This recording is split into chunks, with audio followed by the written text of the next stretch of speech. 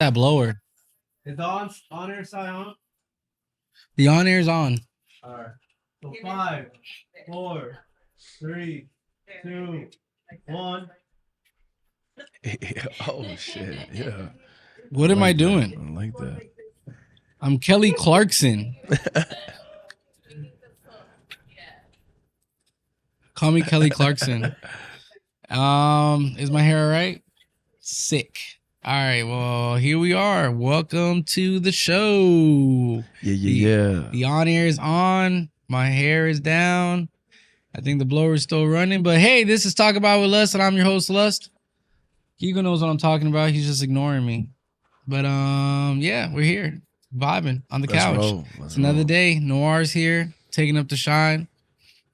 I dressed up as Noir. And by the way, guys, this is the first episode of the year. Let's go. This is gonna be aired. By the time this airs, it will be officially after January 1st. So happy New Year's, guys. Keep chasing these dreams, you know.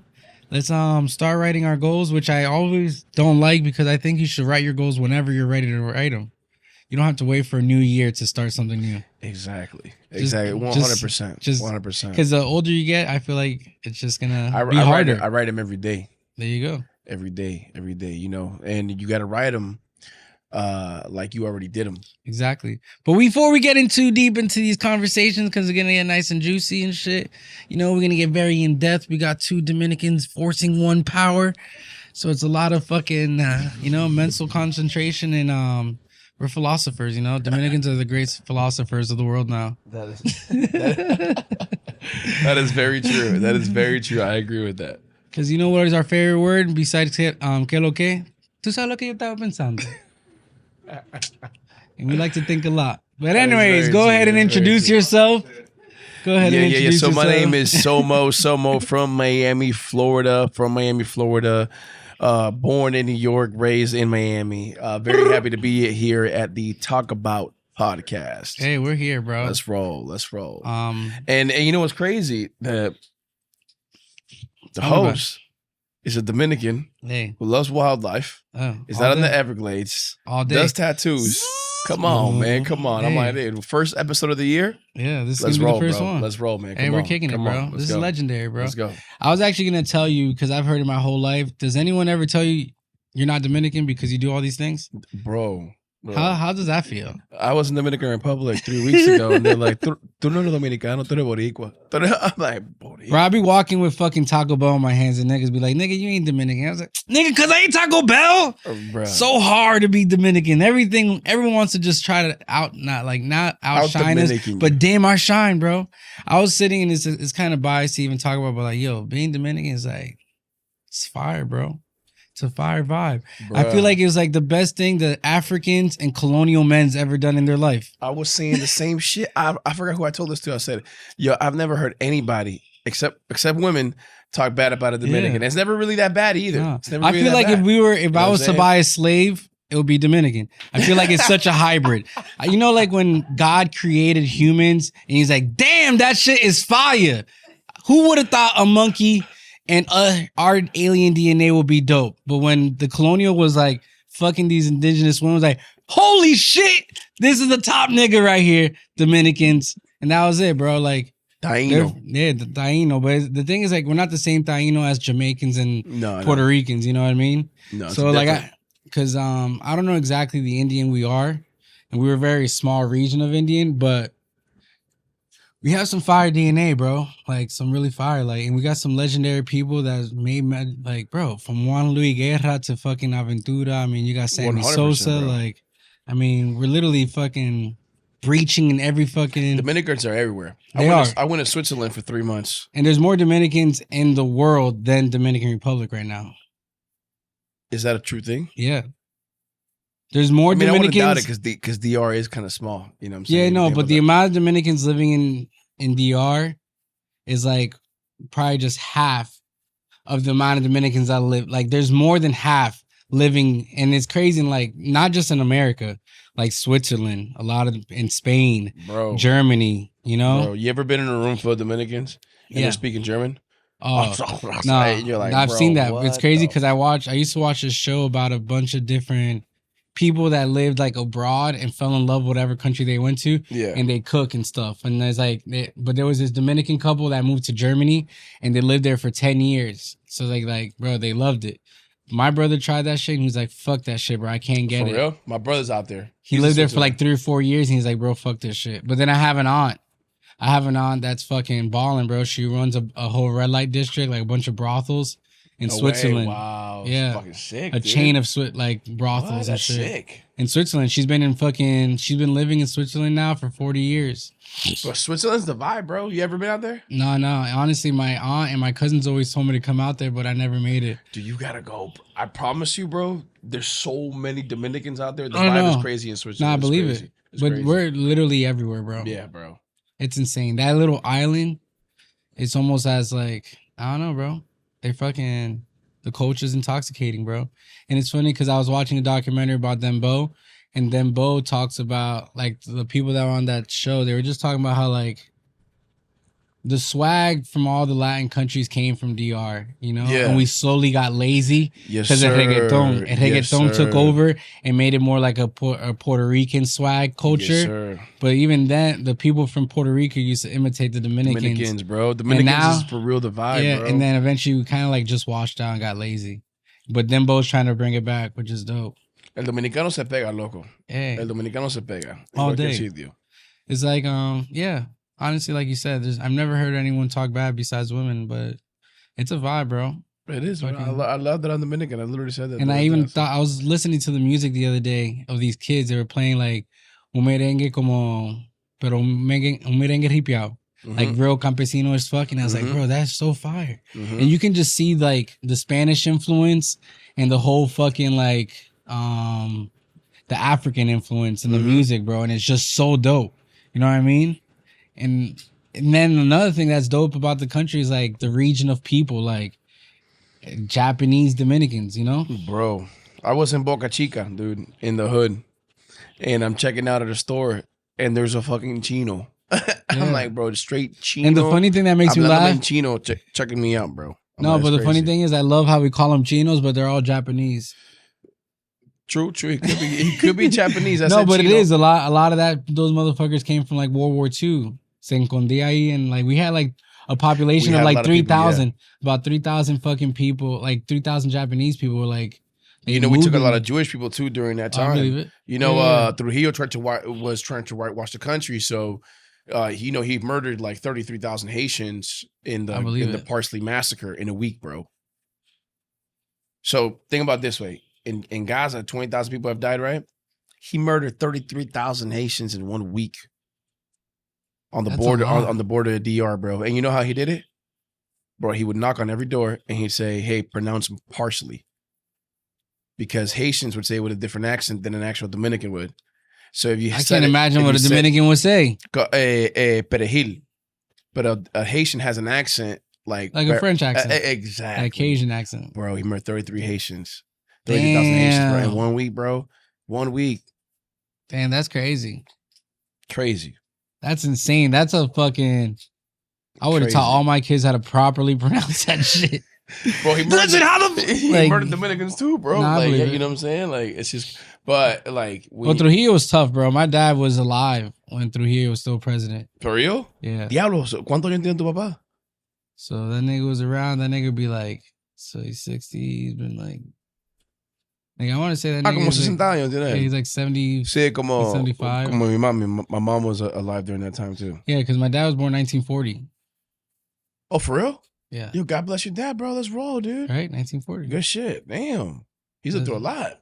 Well, back then in DR, like, that's what I'm saying, that's when bro. DR was fucking like communist. That's what I'm saying, bro. He was like literally alive during that nigga the used dictatorship. That nigga used to tell me that if your fro got a little bit too long, like even with you a little bit more of your top, they'll shave it. Yeah, everyone had to wear a buzz back then. Yeah, bro. That's what my grandma. The military will pull you over and cut your hair. No way, bro. That kind of explains my grandma's like habit of like when my hair gets a little long, she's like, "Cago rapao," like take this shit. I'm like, yo. My dad was tough and his mom was tough too, bro. Them niggas, they lived in crazy time, bro. Like, but Trujillo, this shit was crazy, bro. Hey, but they murked that nigga though. Yo, bro, they murked the shit out of that motherfucker, dog. That's another thing I always thought about. You know what happened, right? I know they snuck into his place, didn't they? Nah, but you know what? The reason why they murked him though, right? Like the I real, know. bruh. So it's like you gotta look this shit up. It's crazy, bro. I was out there in DR right now with my brother. He was telling me all this shit. My brother's like, "Tú no sabes la historia de la hermana," and I'm like, "No." He's like, "Bro." So you know, Trujillo was like an evil dictator, bro. So he'd walk into your crib and he'd be like, "Oh, I want her, and her," and he'd just take your daughters and your wives and shit, right? Because he was a dictator. Yeah. So he went to a crib one time, 3 sisters. 2 of the sisters were married. One of the sisters was not married, was single, and he said, "You're coming home with me. Like you're coming back to me." She said, "No, I'm not going with you." So he murdered her. So the husbands of the sisters fucking plotted the murder of Trujillo, and they were the ones who murked him. That's crazy. That's all it Bro, took. a private, like a personal vengeance, bro. Took down a whole dictatorship. I dude. thought it was like DR just plotted on that nigga and that's crept on. Nah, bro. Well, they did plot. DR did plot on that motherfucker. Yeah, but it started from that. That was like they were the ones who started the conspiracy against Trujillo. Hey, that's how the nigga El Venao died. El Venao. El Venao. That nigga was talking all that shit and they murked him that same week. Nah, for El Venao? And the nigga that made that song was talking about some nigga that from the Heights. I swear to God, bro. Nah, bro. And they killed that nigga. That was his last song, my nigga. Bro, he was talking about like it's a dude getting cheated on? Yeah, and it was real deal. It was about this nigga. They were making fun of him. His girl was going around fucking the whole neighborhood. And that's why I lo llamaba El Venao, because he had so many horns. Tanto cuerno. Yeah. So that nigga, yeah, because people were making fun of him. And they murked him in the Heights in the 90s, bro. That shit's crazy. Hablando mierda lo mataron. Bro, that shit's crazy. Eso But that's all it is. Loco. Allá, así que se muere la gente allá en República Dominicana. Oh, la mierda, loco. It is. It's fucking crazy, but I don't know, man. I be watching those videos of like the fucking La Doñas chasing niggas with machetes and all that shit. Bro, shit's wild out there, dude. I haven't been in a long time. I'm sure that shit's changed a lot. It has, but it's still wild. Like I was out, bro. Like the I always think about. I always think about like imagine living out there, bro. Like right now in 2023, you're literally a tribal person, bro. Like you can't like that if you're used to living out here, nah, going to live out there, like you could do a week. After a week, my brother just got his citizenship. Shout out to Nelson for getting his citizenship. Let's go, bro. Hey, that nigga, how old is he? So I'm 35. That nigga 46 years old finally got his citizenship. Let's roll, bro. That nigga's been here since he was 13. Hey, congratulations. That nigga he even served Desert Storm, finally got his citizenship. No way. Desert Storm? Yeah, 96, 97. Bro, that's crazy. Yeah, good old Bush. The Bush era. Yeah, and that nigga was never a citizen the whole time. I remember the other day I went to court and I did a Zoom meeting for court and shit because I got in trouble for some fishing bullshit. But long story short, the lady was like, damn, this is your fucking 3rd time getting caught with a suspended license. This was finally his 4th time. She's like, all right, well, you're going to have to plead a deal, this and that. And then she's like, hold on, wait. This is your 4th time. I'm sorry, sweetie. I'm going to have to deport you. And I was like, oh my God. No, to this nigga online. Because I was like, some dude online that was in the court. Way. And I was like, my brother was that close to getting deported because that nigga always get caught with suspended license. Said, I'm sorry, sweetie. Yeah. Damn, like, and it was a day before Thanksgiving. I remember she was like, don't worry, guys, we're gonna have enough time to go to Publix and still get things. God, and this bitch is like, I'm sorry, but I'm gonna have to deport you. Bro, I'm literally sitting like in the Zoom meeting, texting my brother, like, nigga, I just saw someone get deported almost just like your ass. Bruh. Because I always made fun of him. I was like, nigga, you never been to DR since you left? Because he went one more time when he was like probably 20 years old. But again, my brother's fucking, 45, 46, bro. So he hasn't been in DR since then. I was like, bro, what the fuck you gonna do out there? Bro. And that nigga's from Santiago, bro. And that shit's fucking... from Santiago? Yeah, bro. Nice. My dad's campesino as fuck. So that's where my family's from. El lado de mi mamá. Yeah. All my aunts, they can't say, because my name is Kelvin. Okay. No pueden decir que Kelvin, dicen Kevin. Kevin. Y Kevin. ¿Dónde está Kevin? ¿Y dónde está Kevin? Kevin, ven para acá. Like, it's so funny, bro. I was just out there and I was just into my cousins, the young generation. They got a thick accent. Yeah. Oh my God. All my cousins are from like the people I really fuck with. I don't fuck with too many people from my dad's side because it's just too poor to be chilling with. I'm joking. But nah, them niggas are country as fuck. But I never really chill too much with my dad's side. But my mom's, they're all fucking city people. They're from La Capital. Yeah. Like my cousin, she's pretty famous. She made a movie with the niggas from Sanky Panky, and she has a show she has a show with Osuna on like Dominican Netflix and all that shit. Yeah. Nice. And she was like, yeah, bro. She grew up with who is this chick too? We used to chill with her when we were little kids. Now I can't remember her name. The girl from Guardians of the Galaxy, La Dominicana.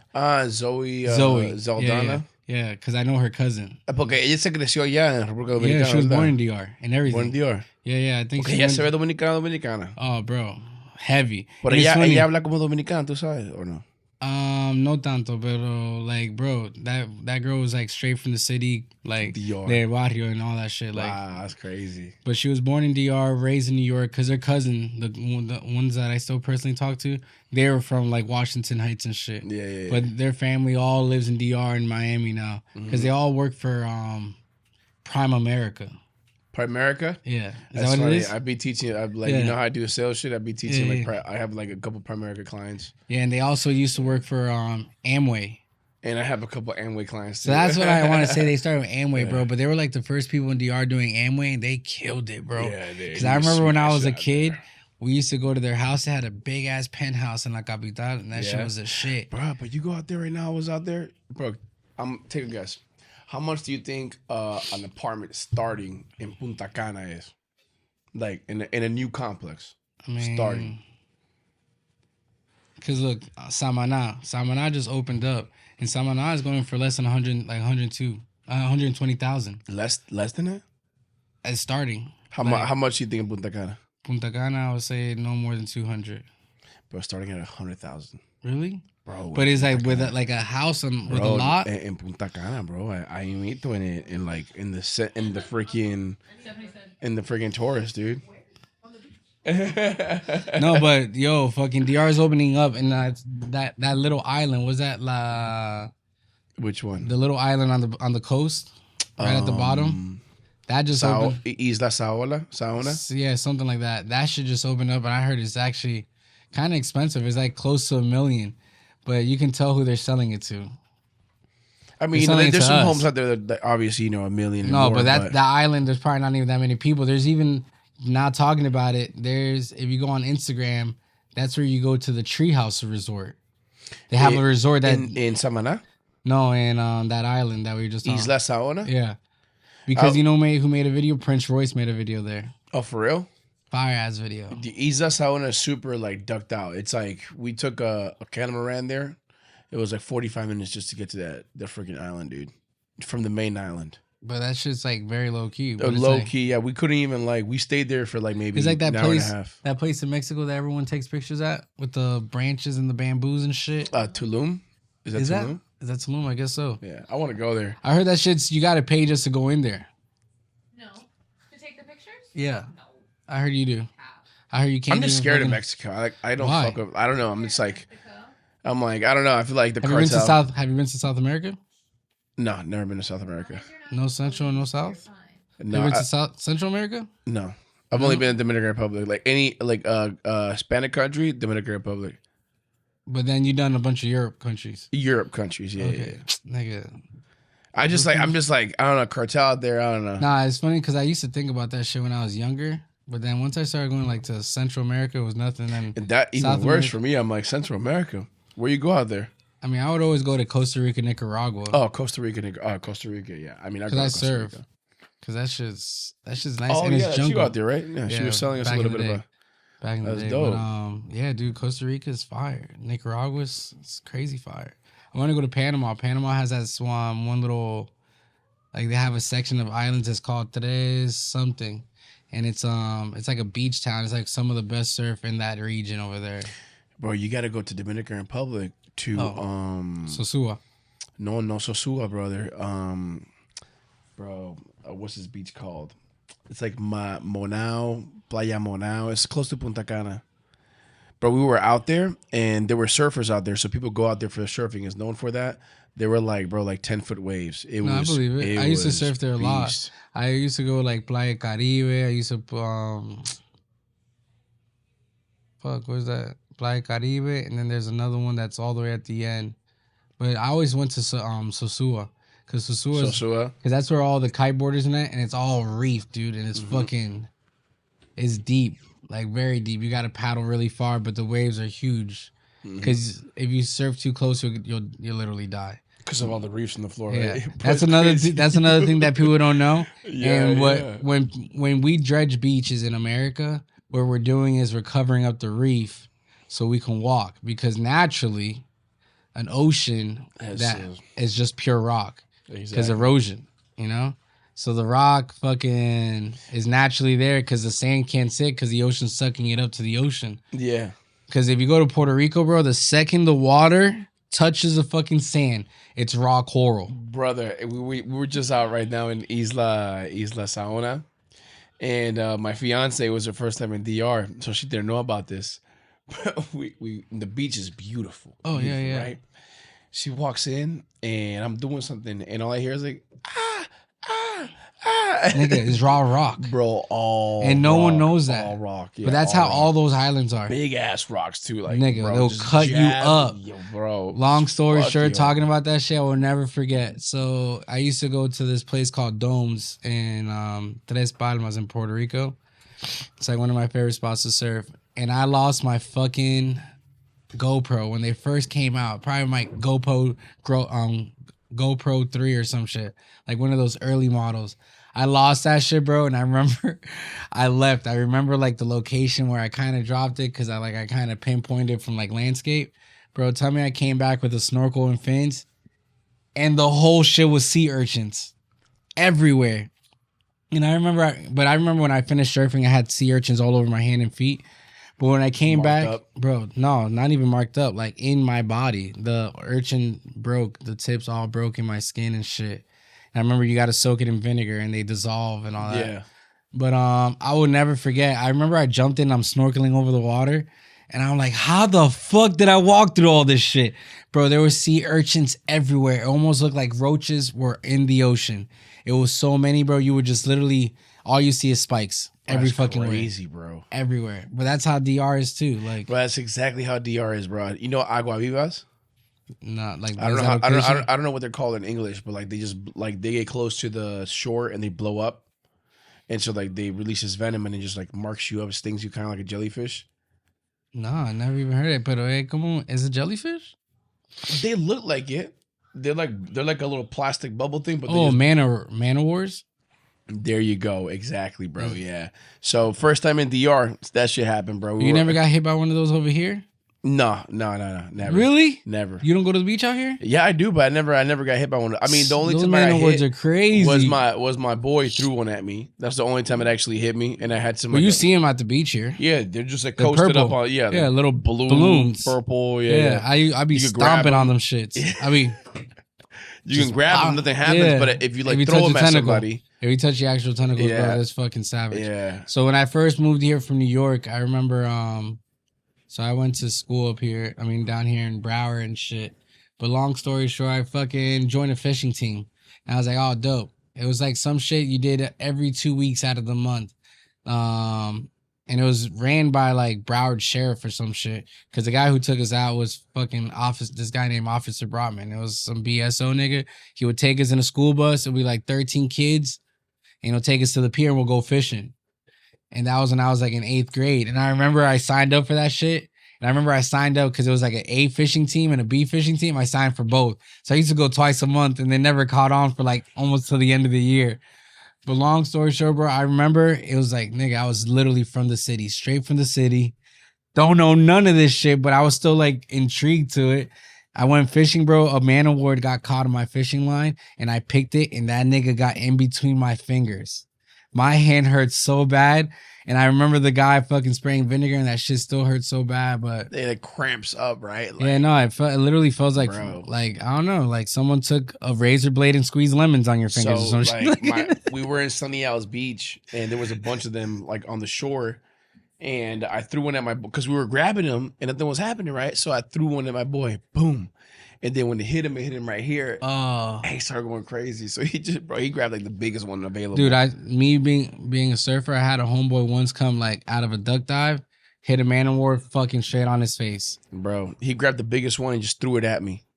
Like 3 times, bro. I had to go to the hospital. That shit was crazy. Yeah, that many hits. I knew a kid that had it all across his ribs, bro, and almost fucked him up. Yeah, dude. So like, what happened was I got like you could phizically see. No, if it sits too long, it burns. Yeah, but it looks like a 3rd-degree burn. Yeah, you can see your skin like crack. Like it looked disgusting almost, bro. So I had to like rush to the hospital and shit. It was crazy. It felt it felt like you had a cramp. Like it was crazy. No, I haven't had one in a while, and I've had some bad ones. But honestly, because I've gotten them when I go surfing, but I've always like peed on it or some shit and dealt with it. Like, I can't get out of the water. Does that actually work? Yeah, because it's just like, nah, for real. Yeah, it's just like vinegar works, you know. Like, but does vinegar actually work? I don't know. Yeah, it just calms the fucking stinging. What does it do? You know. I don't know. It literally just takes the edge off. Oh, okay. Like, I don't know. The pH neutralizes it? I guess. Okay. Because the salt water does kind of help. Like, it does feel good. But, like, honestly, because I've had them a lot on my leg because I kick them. Because when I'm paddling, you obviously see them. So you get them all the time? Because you surf? I used to get, like, if anything, I've had, like, more sea lice and, like, man of war stings and shit. But, like, those you kind of... Sea lice? What's that? Yeah, you get them from the seaweed. But after a while, your body builds like an anti-immunity against the bites because they're from like sea lice. They're literally like, they look like fleas. Like they're like this big and they live in the fucking seaweed. I remember we used to have I can't remember. I want to say it was like Surfline or some surf company. Used to, if you took a picture with your worst sea lice, they'll give you like $100 when we were kids.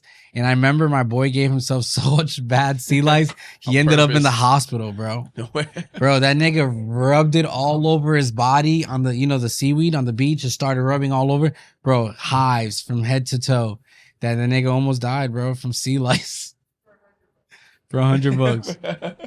But he was like, yo, we can get $100. But at that time, bro, we're like 14 years old. Yeah, it's crazy how you see it, right? Like, it's nuts. Yo, for $100, you can get on fucking Surfline. Rub it all over me, bro. Because another thing, you got a picture on the magazine, you know? So it's like...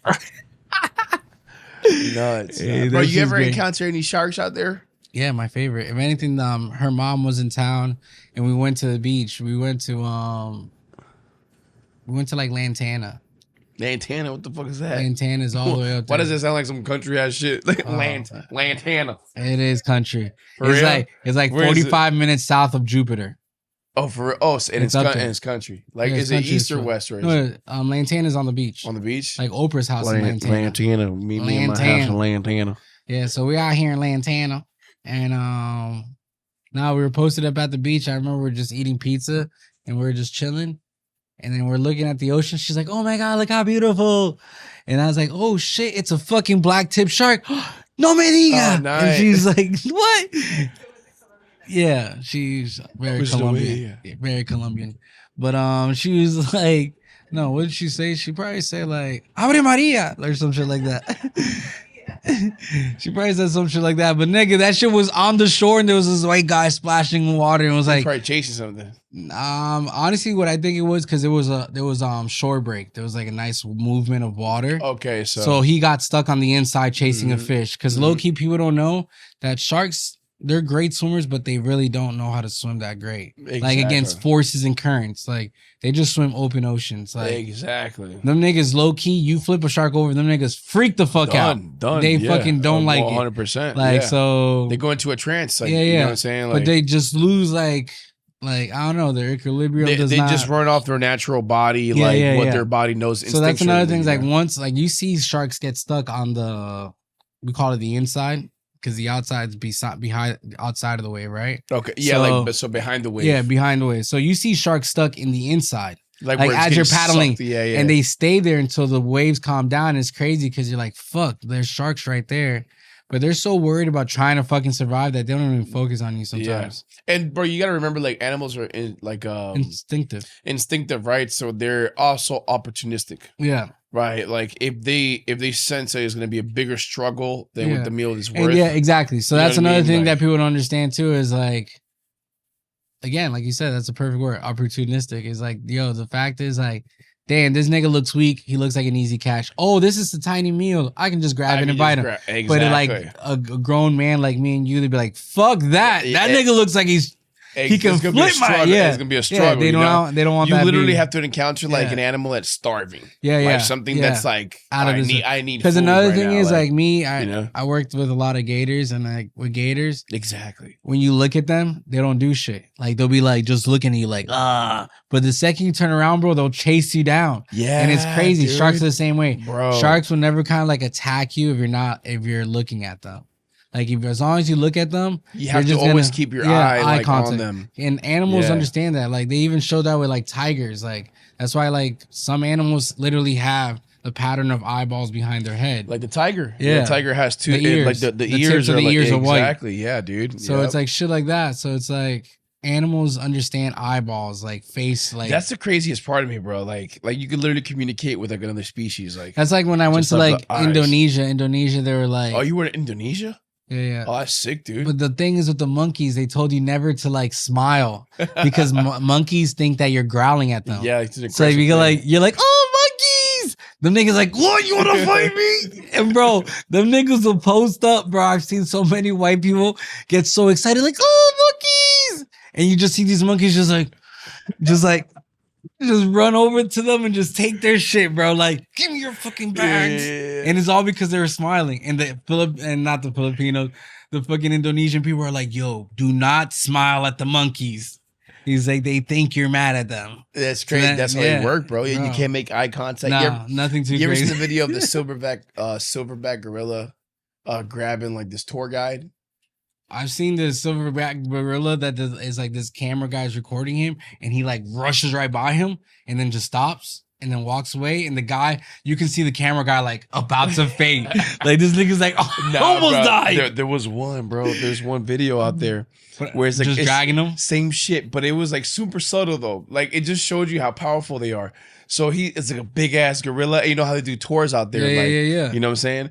And so one of the guides is like telling them everybody to be quiet or whatever. And bruh, everybody's still like quiet.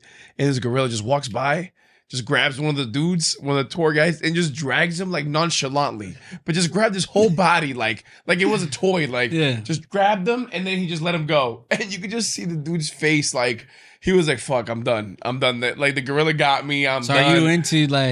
are you into the animals and all that shit? Oh yeah, dude. What? Yes. So That's you, like So you down with sharks and all that good stuff? yes, 100%. Have you swam with them and anything like I've that? never. Well, in the wild, I'm sure there have been around me, but I've never purposely jumped. But you never jumped into the water and saw a shark and were like, hey, let's. No, never. I've wanted to, so that's why I love the Everglades because I go out there purposely to see gators and see. So how long you been doing that gig? I mean, so the Like first, how long you been into that type of shit? animals my whole life. No, like Everglades. Everglades. I want to say since like 2013, 2015, Okay. maybe. My boy, white boy from Southwest Ranches, Chase Pepper. He's just freaking. He's like, dude, I'm all about the wildlife. He's the one that takes me out. Southwest deer hunting. Ranches is that's basically Hollywood. Well, it's basically Hollywood? like Southwest Ranches is right next to US 27, close to Holiday Park. Okay. So he used to take me out there, and I'm like, I love this shit because I don't like the I'm whole. thinking about you tourist chill thing. up there a lot too because you're a biker. You go to Cafe 21. I mean 27. Cafe 27, yes sir, yes That's sir. dope. I was telling her that shit gets lit. Yeah, On so I Sunday. write. There's a group out there that writes sliding, never hiding. Shout out to them. Sliding, never hiding. Shout out. They got a big group. We be taking like, I want to say I've seen a couple hundred, probably 1,000 bikes out there, and we just I used to ride, love that shit, bro. Heavy. Yeah, dude. They're That was big my on it. passion. I built a couple bobbers, but I rode a lot of crotch rockets. But I definitely want to get a Harley now, bro, because like, Oh man, it's nothing like it, it's dude. just dope. It's I just don't really dope, care about like- the speed no more either. And the thing is, like, I just want. I'm not gonna lie, it's like I want to think about like a crotch rocket, like a yacht, right? Like you don't know you need a yacht until you're on a yacht. Like I don't know I need a crotch rocket until like I'm next to it and that shit just takes off on me. No, they're fine. Then I'm like, damn, I wouldn't want to have that speed. because but- 200 miles an hour is dope. Bro, that's dope. I like just being able to take off on people. You know what I'm saying? Yeah, Like, that's just insane. And honestly, people don't know is like, so like in Star Wars, when they take off and all you see those stripes on the lights. Yep. So once you pass like 170, 180, literally that's what the highway is for you. They're literally just moving light streams, and Really? it's fucking dope. That's crazy. Like, it's so hard to explain, but everything is just. Because the fastest I've gone is 125. That's it. Yeah, no. So, bro, once you get like I've done 180 on my old Camaro. On your in a Camaro, and that car is different, bro, because your car is just like down and stuck, and you're at that point, and it's American car. When you're going that fast, you're not turning, like you're not doing anything. That steering wheel is a rock. Like you move like this, like very just like a F1 Formula. You know how they train like this. Yeah. But the thing is, like at that speed, you're just literally moving the steering wheel just a hair, and it makes the movement. You know what I mean? So like at 200 miles. Because the fastest I've gone on a bike is like 201, 22. Wow. And at that speed, bro, you're like, you're not even leaning anymore. Because at that point, you're just finding the edges. Because like your response time is insane. Because the thing is, like, when you're going slow, you can go like this because you're literally. But at that speed, you're already seeing. Because you're almost seeing like 5 steps ahead. That's how, like, when you get your motorcycle license, they kind of explain it. Like your first 30 seconds, your minutes to 2 minutes. Same thing with the people behind you. You judge them off. But like, bro, you're literally just tilting this much to get into between the car that you already seen up there, bro. And it's unreal, bro. And again, nothing, especially at night, nothing's like, everything's literally light tubes. Just that's crazy. I love motorcycles. I don't know how people don't be getting motorcycles, bro. Like, I mean, I'm like, I always hated how people be like, oh, those shits are fucking killer. Those shit, like, and it's honestly, everyone that I've known and all my boys that have died on bikes, it's all been because of hesitation. Yes. And I feel like life is like that. Yes. So in life, bro. if you hesitate on anything, you will miss an opportunity, or you will die. Or you will die, bro. And you know what? Also being smart, bro. Like, I go fast, but also I'm not dumb. Yeah. Like, you know what I'm saying? Like, if I'm coming close to the intersection, I'm like, all right, let me slow down. No, yeah, you know exactly. Like, that's another thing of a lot of my friends is like, you get that one nigga that runs a red light. Bro, you know what I'm saying? Like, you just don't know. So I always slow down on those intersections. Those big intersections. And that's what I tell my friends. That's why I rather highway. Like, I only really speed in highways because, like, driving in local street, even it can be the most greenest light ever, bro. And it just takes one person to take that light. Yep. And you're fucked, bro. Or somebody doing like a right turn. Yep. Bro, dude, you know, and the thing is, you know what I read up is that a motorcycle, like, even though it's going faster than a car, it looks slower because it's smaller, like you said, with the Camaro. Like how you feel it is how you see it too.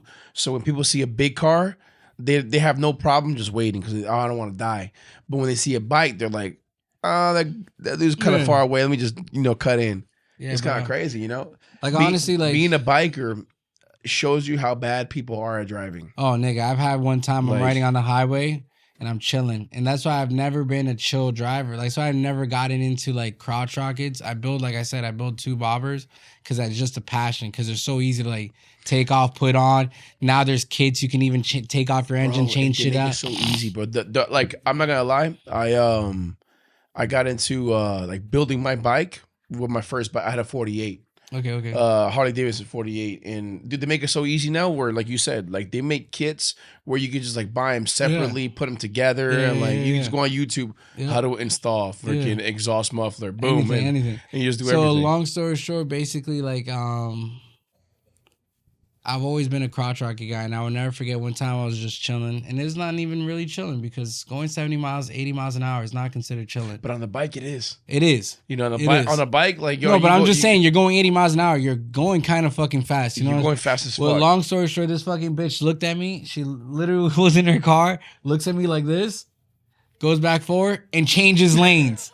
And I was like, no way, bro. Because you look at them and you're like, there's no way. Yeah, and I'm looking at her, I was like, bro, there's no way. You just looked into my face. How the fuck you think you're gonna change lanes? Like, it's like she looked over and didn't see no one was there. And she was like, all right, I can change right now. Bro, and I'm just sitting there like, what the fuck? So I just gave it gas. But like, bro, that's the type of shit, bro. But being on a bike, bro, my awareness is crazy, dude. Oh, no. Like, my shit is like, I'm it's like your eyes. Your eyes turn into like Hawkeyes. It's insane. Yeah, you analyze the whole street. You have spidey senses. Yeah. Bro, I'm looking behind me. I'm like, all right, bro, is this guy going too fast behind me? Blah, blah, blah, blah. You know, like, you got to develop those senses, you know, if you want to stay alive. You know what I mean? It's crazy because I used to take off my fucking. There was a point that I always took off my rear view mirrors On the bike? because it just looks so much cleaner. It does. And I remember fucking putting them back on my last, because the last bike I had was a 600 Gixxer. And it was dope. It was all fucking candy paint green, and I had it dropped and everything. But I put him back on. And I was like, damn, this shit is so much easier, bro. Because you don't really have to look back, and that 1 second of you checking back is all it takes. You know, bro, that's all, bro. I've learned my lesson so many times from that.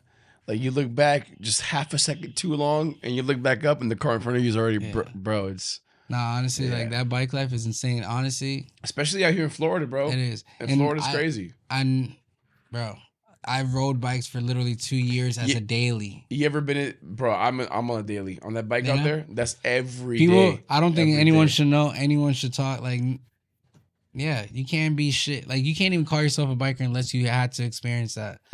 Yes, bro. You have to. You gotta have gone, bro. You ever been to Clewiston? You know Clewiston? You know Clewiston? I live close by there. Bro, you live close by there? Yeah. Damn, my boy. Oh, so no wonder you're a Florida boy. Damn. Yeah. All right. So we were out in Clewiston. I went skydiving there one time.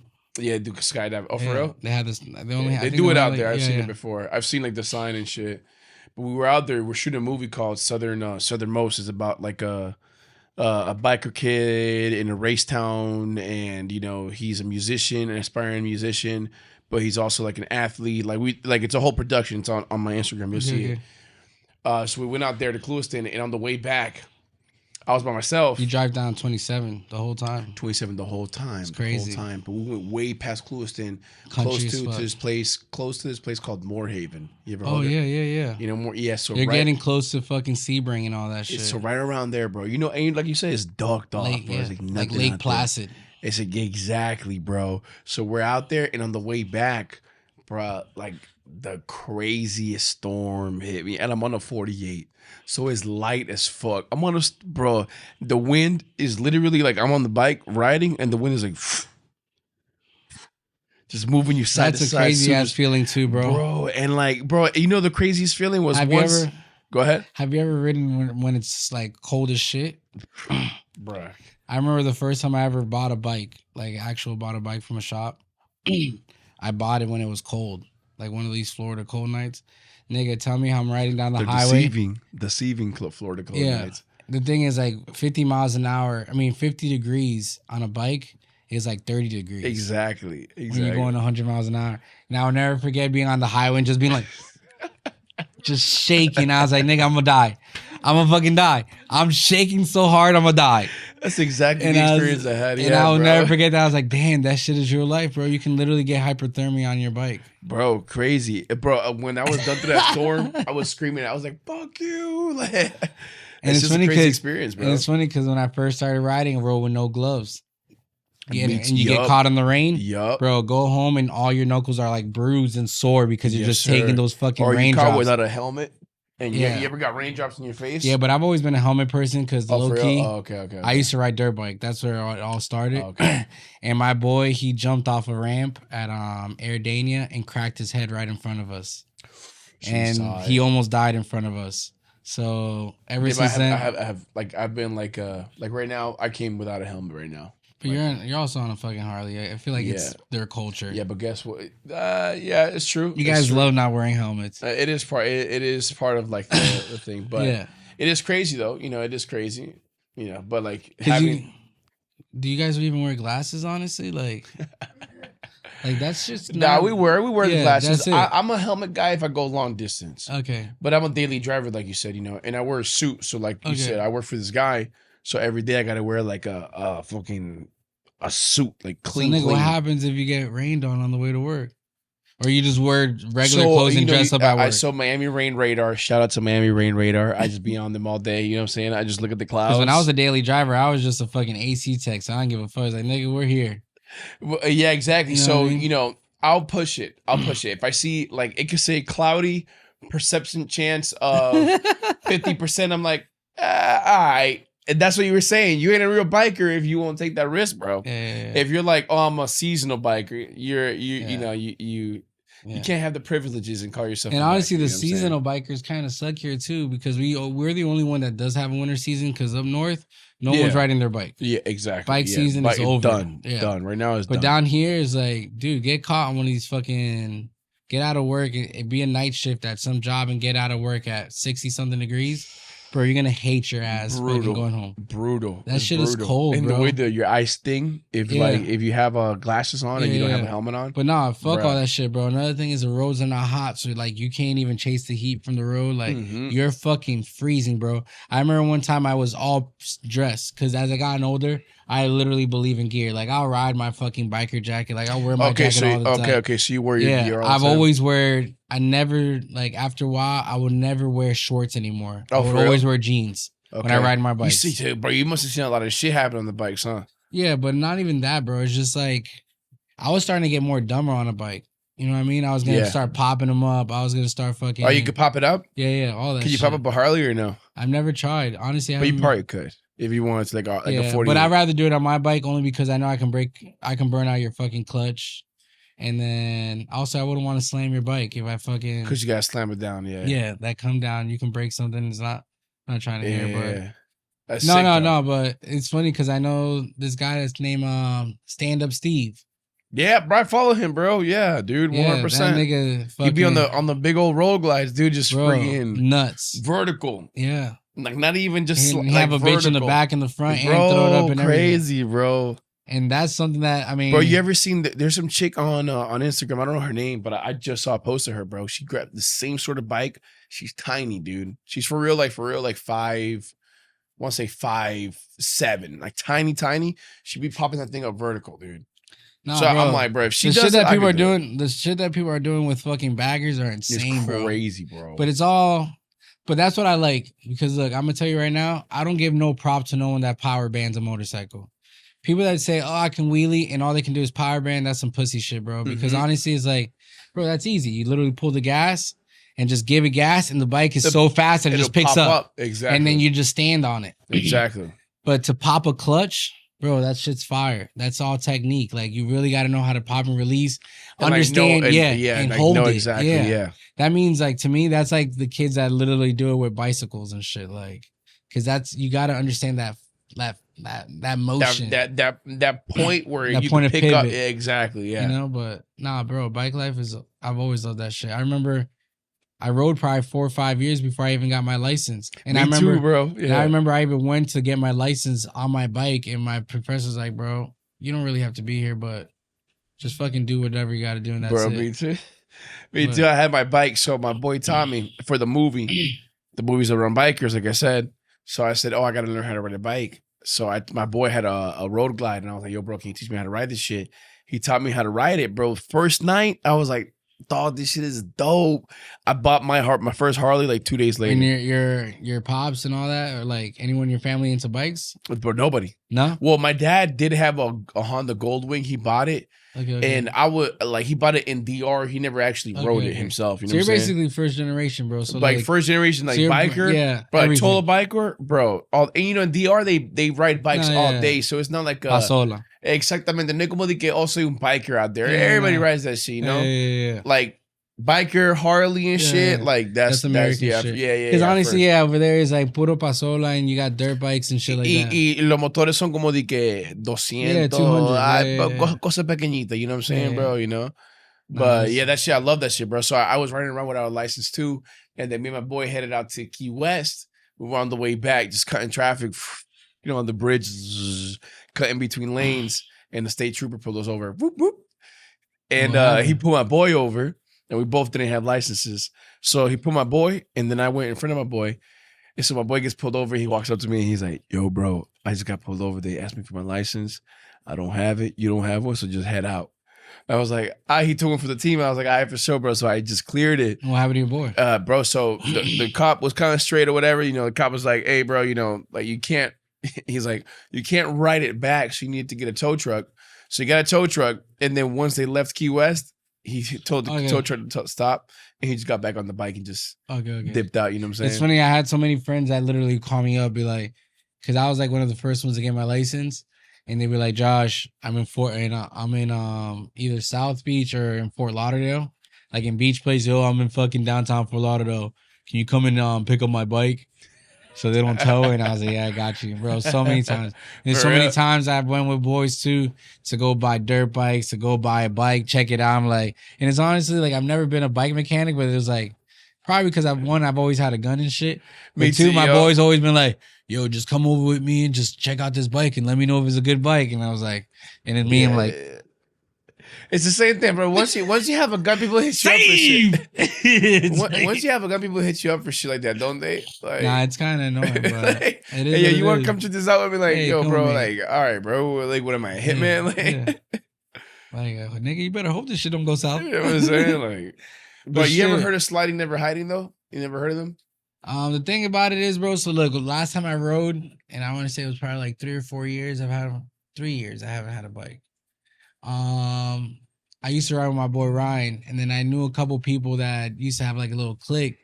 I can't remember the name of it honestly, but I remember there's this one clique that I chilled with a couple times. Like they'll keep hitting me up, but they were like kind of organized together, kind of like and it was a bunch of riding chicos. club, like yeah, a riding yeah, club, it was a riding club, and a bunch of cool ass like young chicos and shit. It was not like old heads. It was like people like our age. Okay, and I chill with them for a little bit, but I never got too mixed up with it because eventually after that, I just kind of like sold my bike, and I just got so much shit going on. And another thing is like, I can't be that every Wednesday nigga. You know what I mean? Like, I hate when people are like, yo, it's Wednesday. It's like, nigga, I don't care. Like, I get it. It's been Wednesday every year. Like, every day. Bro. Like, what you? But that's the thing. Like, with me, bro, I know some people that like are heavy on that, and it's like every Wednesday they ride. Bro. And every Sunday morning they ride. You know what I mean? And it's like, nah. That's why, like, this group, they do every last Sunday of the month. That's dope. And you know what I'm saying? So it's one day, bro. I'm like, all right, I could do one fucking day, bro. You know what I'm saying? But you're right, bro. I'm a part of some chats.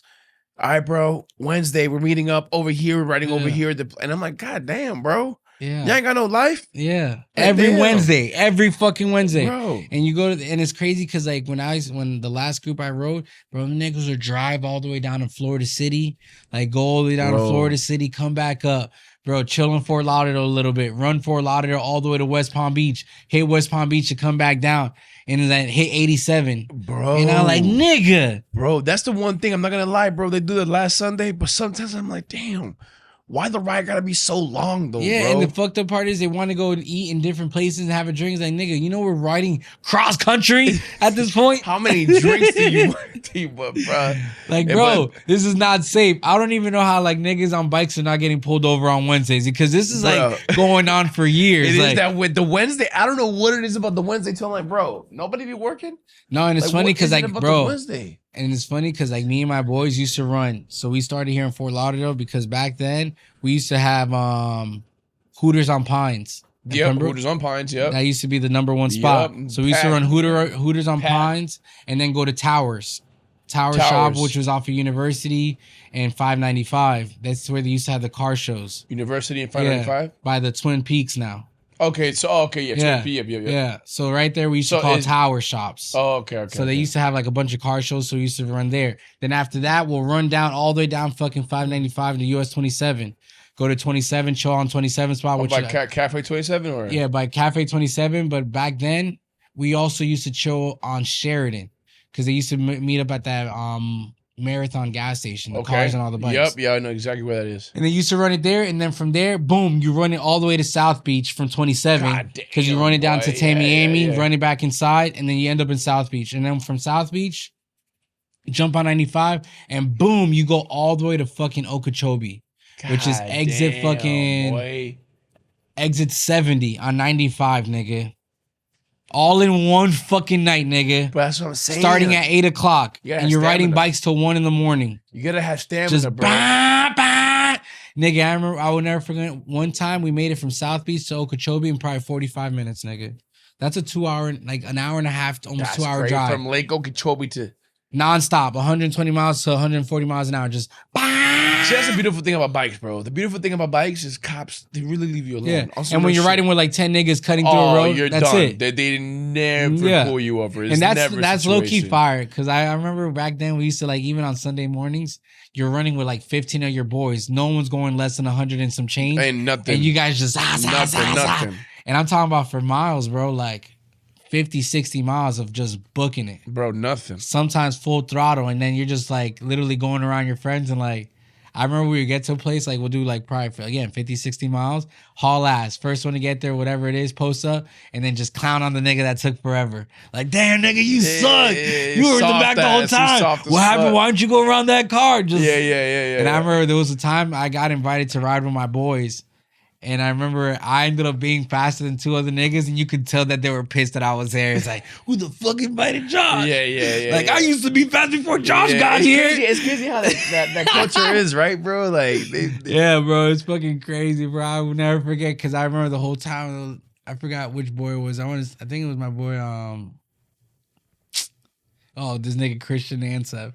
They were like, "Damn, Christian, you're slow as fuck now." I was like, "What happened?" And then I was just trying, and he had a fire-ass bike, bro. He had a fucking 750 Honda. And those shits are banging, 750, bro. Yeah, bro. And especially the 09s and 2010s, those shits were fire-ass bikes, bro. No one was beating those bikes. Like, those, I've seen bikes, like, depending on the rider, whoop a 1000. Like, kill them. Yeah, depending on how you actually ride it. You know what I'm saying? Yeah, you know. Yeah, nigga, people are just, being on a bike, you gotta, I don't know, not be scared. 100%, bro. That's what it is, bro. You really like the way not to die is to not be scared. Yeah, like on some real shit. The way not to die on a bike is be down to die. Be down. Yeah, I'll die tonight. You know what I'm saying? Because the moment you make decisions scared is when you fuck up, bro. Yeah. That's when you. I'm down to die tonight. The thing is, people don't understand on a bike, like that's why they don't get it when they cut you off. I'm like, bro, you don't get it. Like your whole body has to like move this machine. It's not like a car where you could just literally be like, yeah, no. But on a bike, it's like your whole body is like literally got to be like. Because another thing you realize there's a shifting bar that locks. So once you're going fast, you can't turn that bike no more, and you realize there's no more movement. It's more like just. But no, that's just fire, bro. I used to fucking. Even my boy has his brother does all those fucking rally races. But dude, I've been fucking so low on a turn, doing like more than 100, and this whole just my shoe on the ground the whole time. Just bro, I love that. I on my Harley when I had the 48 especially, bro, I would turn that thing like all my left shoes were all like just chafed, bro, because of that peg. So the Harley 48 has like their pegs like stick out, and there's like a metal bar. The left side was just like completely just wasted. It was just done, bro. I was like leaning that thing, you know. This one I have a little more respect for it, so I'm like I don't want to treat it too bad, but yeah, dude, I love leaning that thing, man. You know? Yeah, bike's awesome, bro. That's awesome that you fucking. And it's funny because like the other day I was talking to people, is like when they always like, oh, you're not Dominican, but it's like, bro, you know how many we're a part of like this type of society now. Like we gotta fucking change the way of life, bro. Exactly, like, bro. Continue the same traditions and same BSs, bro. Like I got my kids learning how to hunt and all that shit. And it's like it's just dope that they're gonna be second generations, you know? Like yes, sir. And it's shit that we're supposed to know how to do, you know? Yeah, bro. You gotta know how to do that. Like if you think about how the Native Americans that lived here before us, how they lived out here, bro. Like think about that. That was crazy. Yeah. You know, and some of the tour guides, I forgot what bird it was, but they were talking about how they used a certain bird. They would tie a string next to it, like a 50-foot long string. And that bird specializes in diving into the waters in the Everglades and grabbing fish. You talking about once you go onto Holiday Park, you see them right away. No, it's not the Anhingas. It's a fuck. I think it had kind of like a reddish. Yeah, no, and they have like green eyes, and they're yellow beaked. Yellow beaked, yes sir, yellow beaked. Damn, what? I can't remember the bird now, but so they would tie a 50-foot rope next to its neck. As soon as it would dive in, Cormorant, and it maybe, yeah, it would grab the fish and they would yank that thing, and then there you go, dinner. You know what I mean? Yeah. So it was like that what's it called when you have a ecosystem that works together? They're fucking symbiotic, yeah, symbiotic relationship. Yeah. There you go. So that shit. So you got to know that naturally. You picked it. So that lifestyle, you picked it up all down here when you moved down here. Well, I've always had that. I've always been to like into animal, like Steve Irwin and shit. I've always been to like animals. That's funny because everyone's like, "Yo, how the fuck you got into that shit being from New York?" And he's like, "Honestly, I was always down with all that shit." Yeah, bro. Me too. Even though I was like a hood ass nigga from New York and I grew up in that '90s era and shit. Yep. Like I was still like a punk ass kid. Like I like rock and I like the metal shit. Yeah. I was into skateboarding, but my dad thought that was like some devil shit. It's like, muchacho diablo, toda vaina de gente gringa, una vaina así. And I was like, bro, nigga, chill the fuck out. We're in America. Goddamn Trujillo ass nigga. Yeah, bro. That's the way you see it, bro. But, Yeah, dude.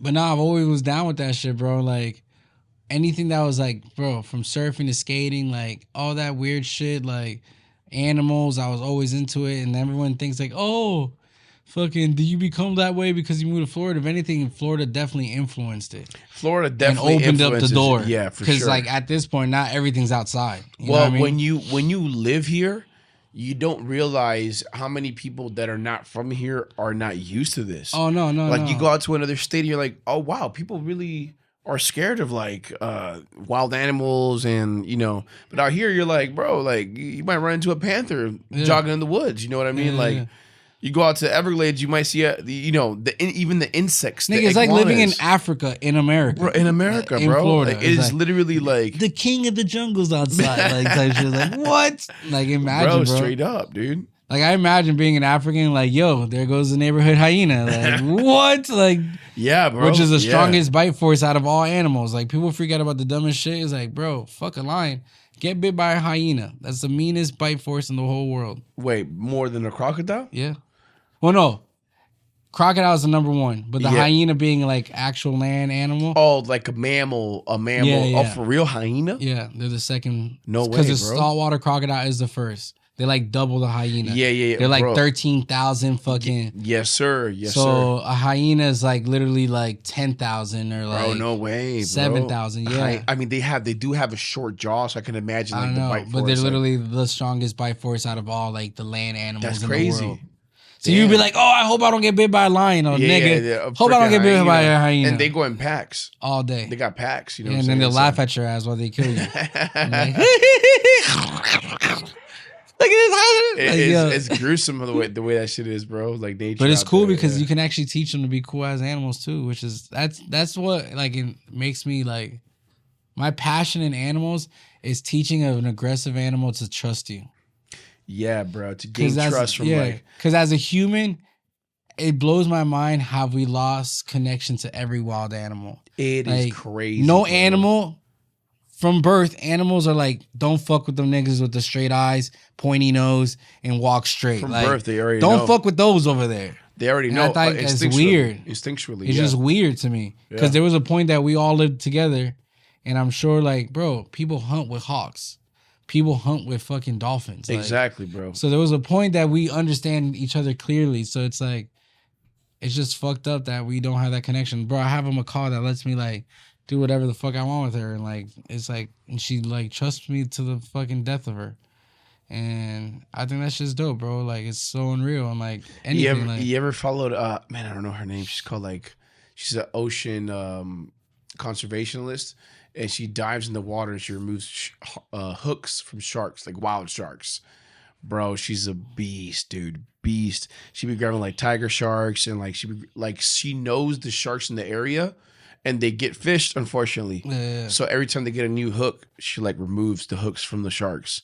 It's pretty cool, bro. You know what I'm saying? But all that is like you learn like they got trust level. No, there's a level of another thing that I tell communication. people that because I used to be a scuba diver like instructor, and I told people is like if you really calm down in the middle of the ocean, you can actually hear your own heartbeat.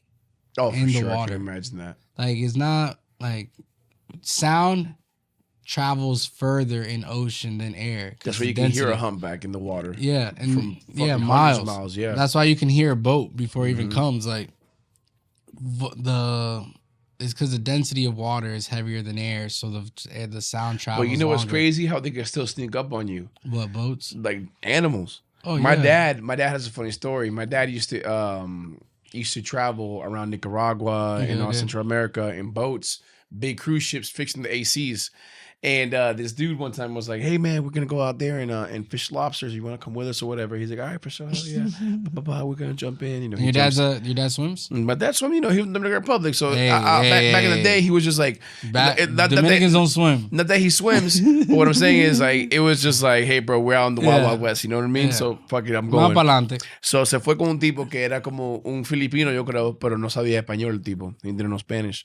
So my dad and him were communicating like, you know, off of like just vibes. Yeah. So they get in the water, boom. And the Filipino tells my dad, hey, I'm going to grab the lobsters and then you just hook them on to like a little hook and you just have that hook. So my dad's like, all right, for sure. And the Filipinos out there, you know, grabbing the lobsters, passing it to my dad, grabbing the lobsters, passing it.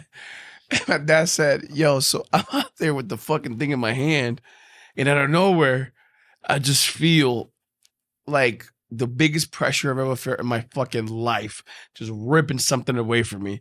And he looks, and there's a massive shark. Shut the fuck up. That has it has the fucking lobsters in his mouth. Yeah, the bag has everything on there, and it just rips it away and just like goes between my dad and his arm, so it like fits right through here. So my dad was like, "Yo, bro, I grabbed that Filipino, and bro."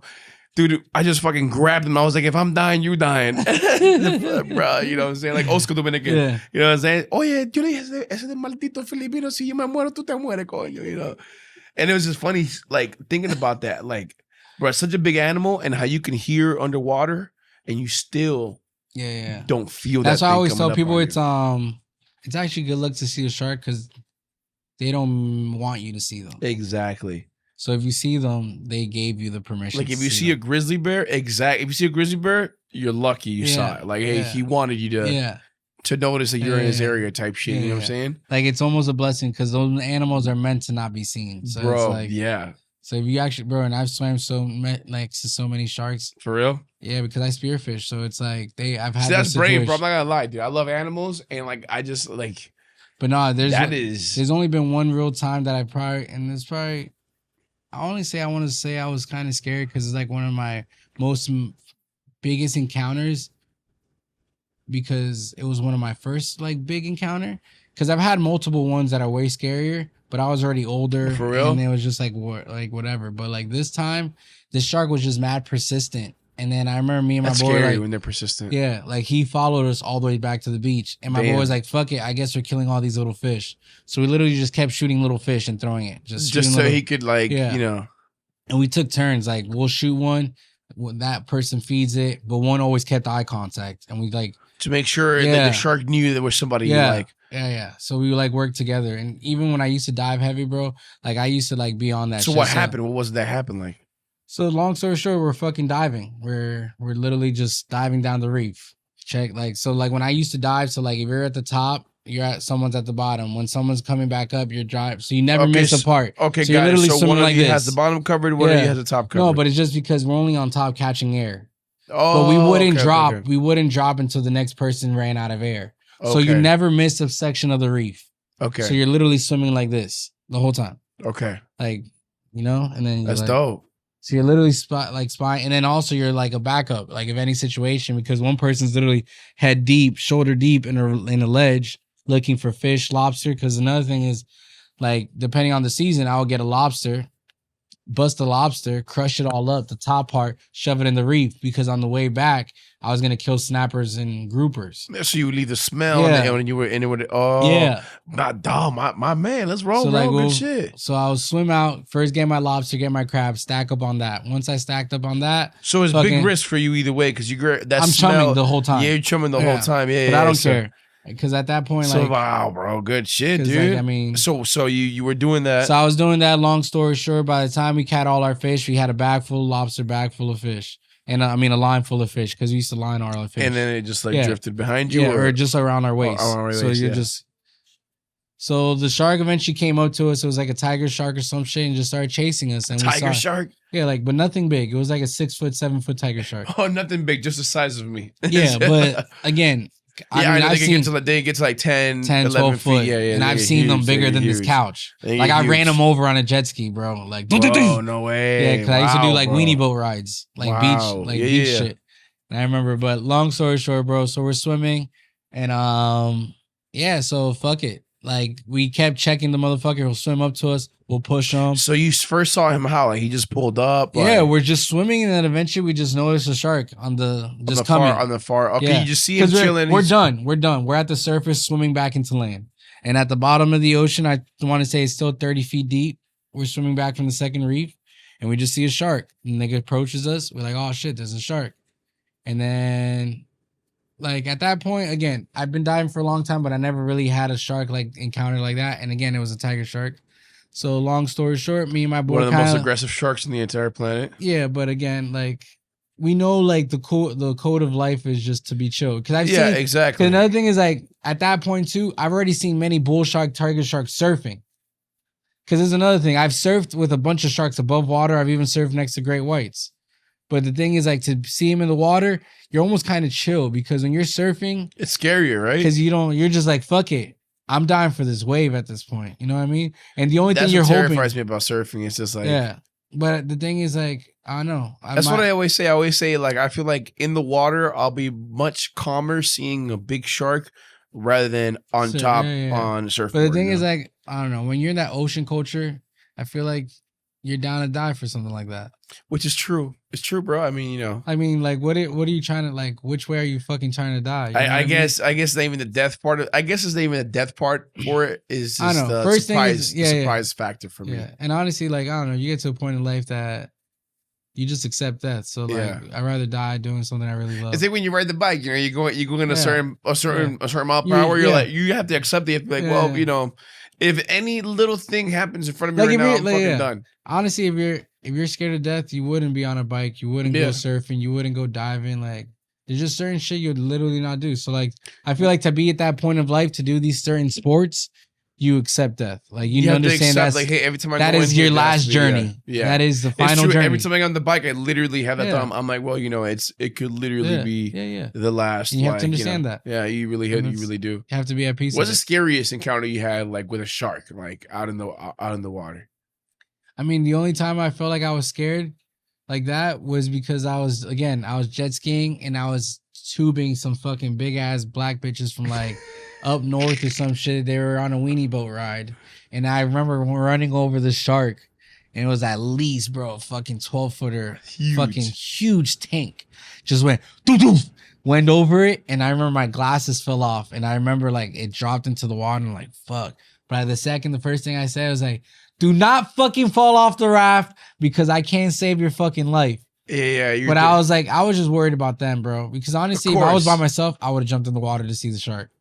Like that's the type of person I am. Wow. Like when I see certain animals, like that's brave, bro. You know, like I would love to have that bravery. Where I just feel like I haven't had that. Because the thing is, I wouldn't that enough experience with animals like that. You know, because I know once you're around them enough, you like you said, the circle of life. Like you can see just understand movement. You understand movement, and exactly, it's literally all movement. Like the way a certain animal's moving, you can see what its intention is, right? Yeah. You know, I just haven't had enough. You know, but like I want me, to. like personally, I wouldn't be like, oh shit, a shark, jump off my jet ski, fucking Baywatch, dive into that bitch and swim up to him. Like, no, I'm a fucking oh shit, a shark, drive my boat or drive my jet ski nice and calm. Stop it, jump into the water nice and calm, and then swim towards it gently. You know what I mean? Yeah. Or like just start swimming around it. So being a part of the ecosystem. Be observant and then like let it approach you like with any animal. You know what I mean? Yeah. Just like place yourself within them. Let them know you see them. Let them know they see you, kind of thing, and like let nature do the rest. Do you ever heard of a guy named Scott Fairchild? No, but that last name sounds familiar. Yeah, you gotta follow him, dude, on Instagram. Scott Fairchild. What he focuses on is he takes out his drone, and his whole point is showing how a great white shark is not a beast, like a man-eating fucking machine. So all he does is record footage of surfers surfing next to great white sharks. I believe it, bruh. And like there'll be like a surfer and just like a massive white shark that they obviously don't see. Yeah. Just chilling right next to them, just like. It's funny because Carly, she's from Cape Cod, and them niggas have sharks, great whites out there. Yeah, they do. And like she talks about that. That's like their culture up there. Like you see them, but like I remember the first time I went to California, bro. I was low key fucking scared to surf in that water. One, because it's so dark. It's dark Like blue. the second It's dark blue Pacific water. Yeah. Right? Once you get onto that water, like No knee waves. high, it's black, nigga. Yeah. Like, So and it's not like Costa Rica black that is black sand beach. Like, no, it's un azul así oscuro, bro. Que la It's- agua es azul, like bro, dark.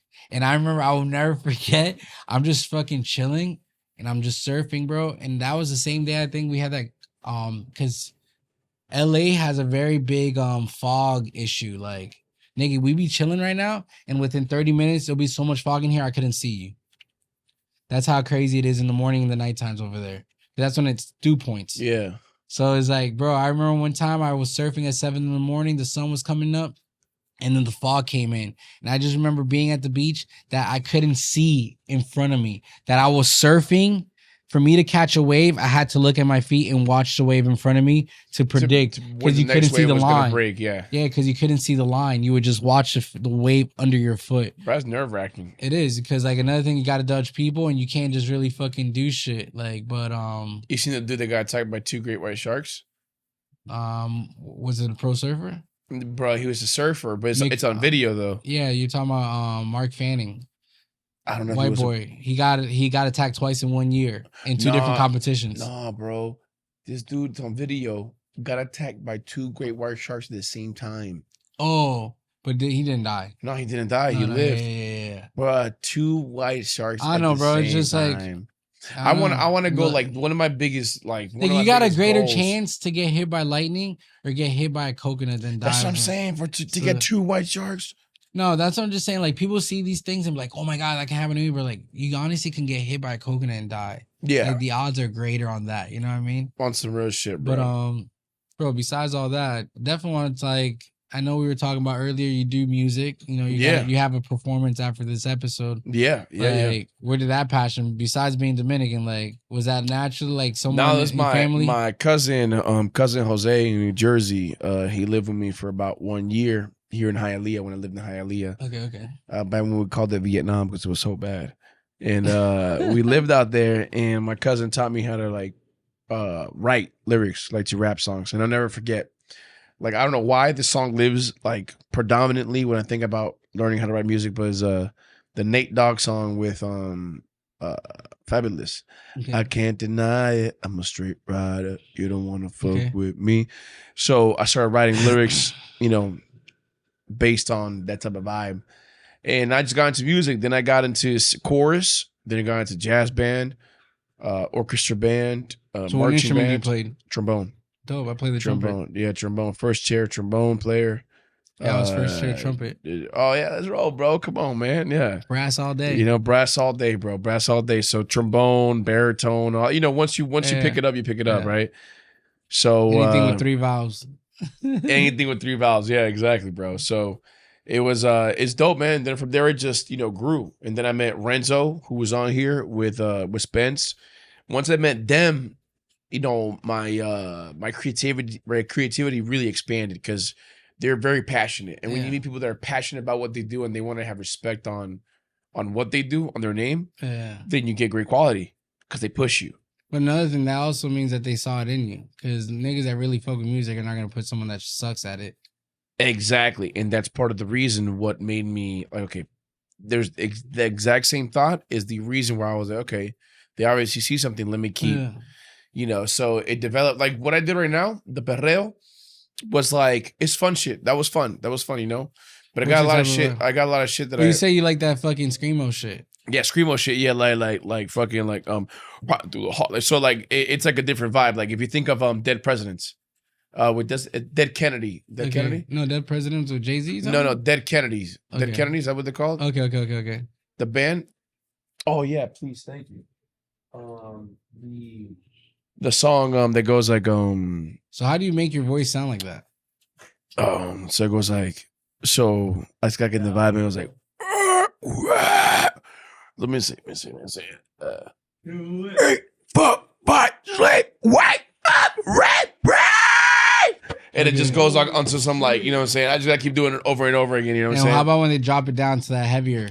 Right through a jungle with a heart, make a rumble with the city is a fire. But time I run it over, shooting at the police, everything. So it goes like right into the police, right into the Harley and the party. So wait, hold on, let me put it. No, but You ever watch those guys on Instagram that do those all the time with each other and they say funny ass shit? They're like, got pies at I got pies with my grandma.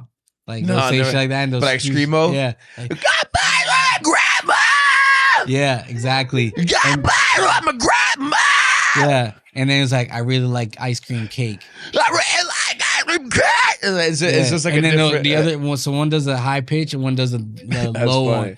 And bro, they kill it. Renzo, bro, the one who's playing the guitar last time, he can do the low. Like, bro, he sounds demonic. Yeah, he's like, I'm like, bro, it sounds like. Let me see if I can find it. Bro, it's so great. I love that shit, bro. It's like my favorite shit to watch. Look, right here. Watch. Look at it right here.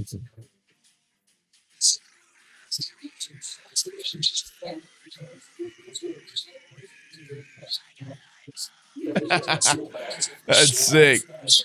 Thank you. So look, this is what they.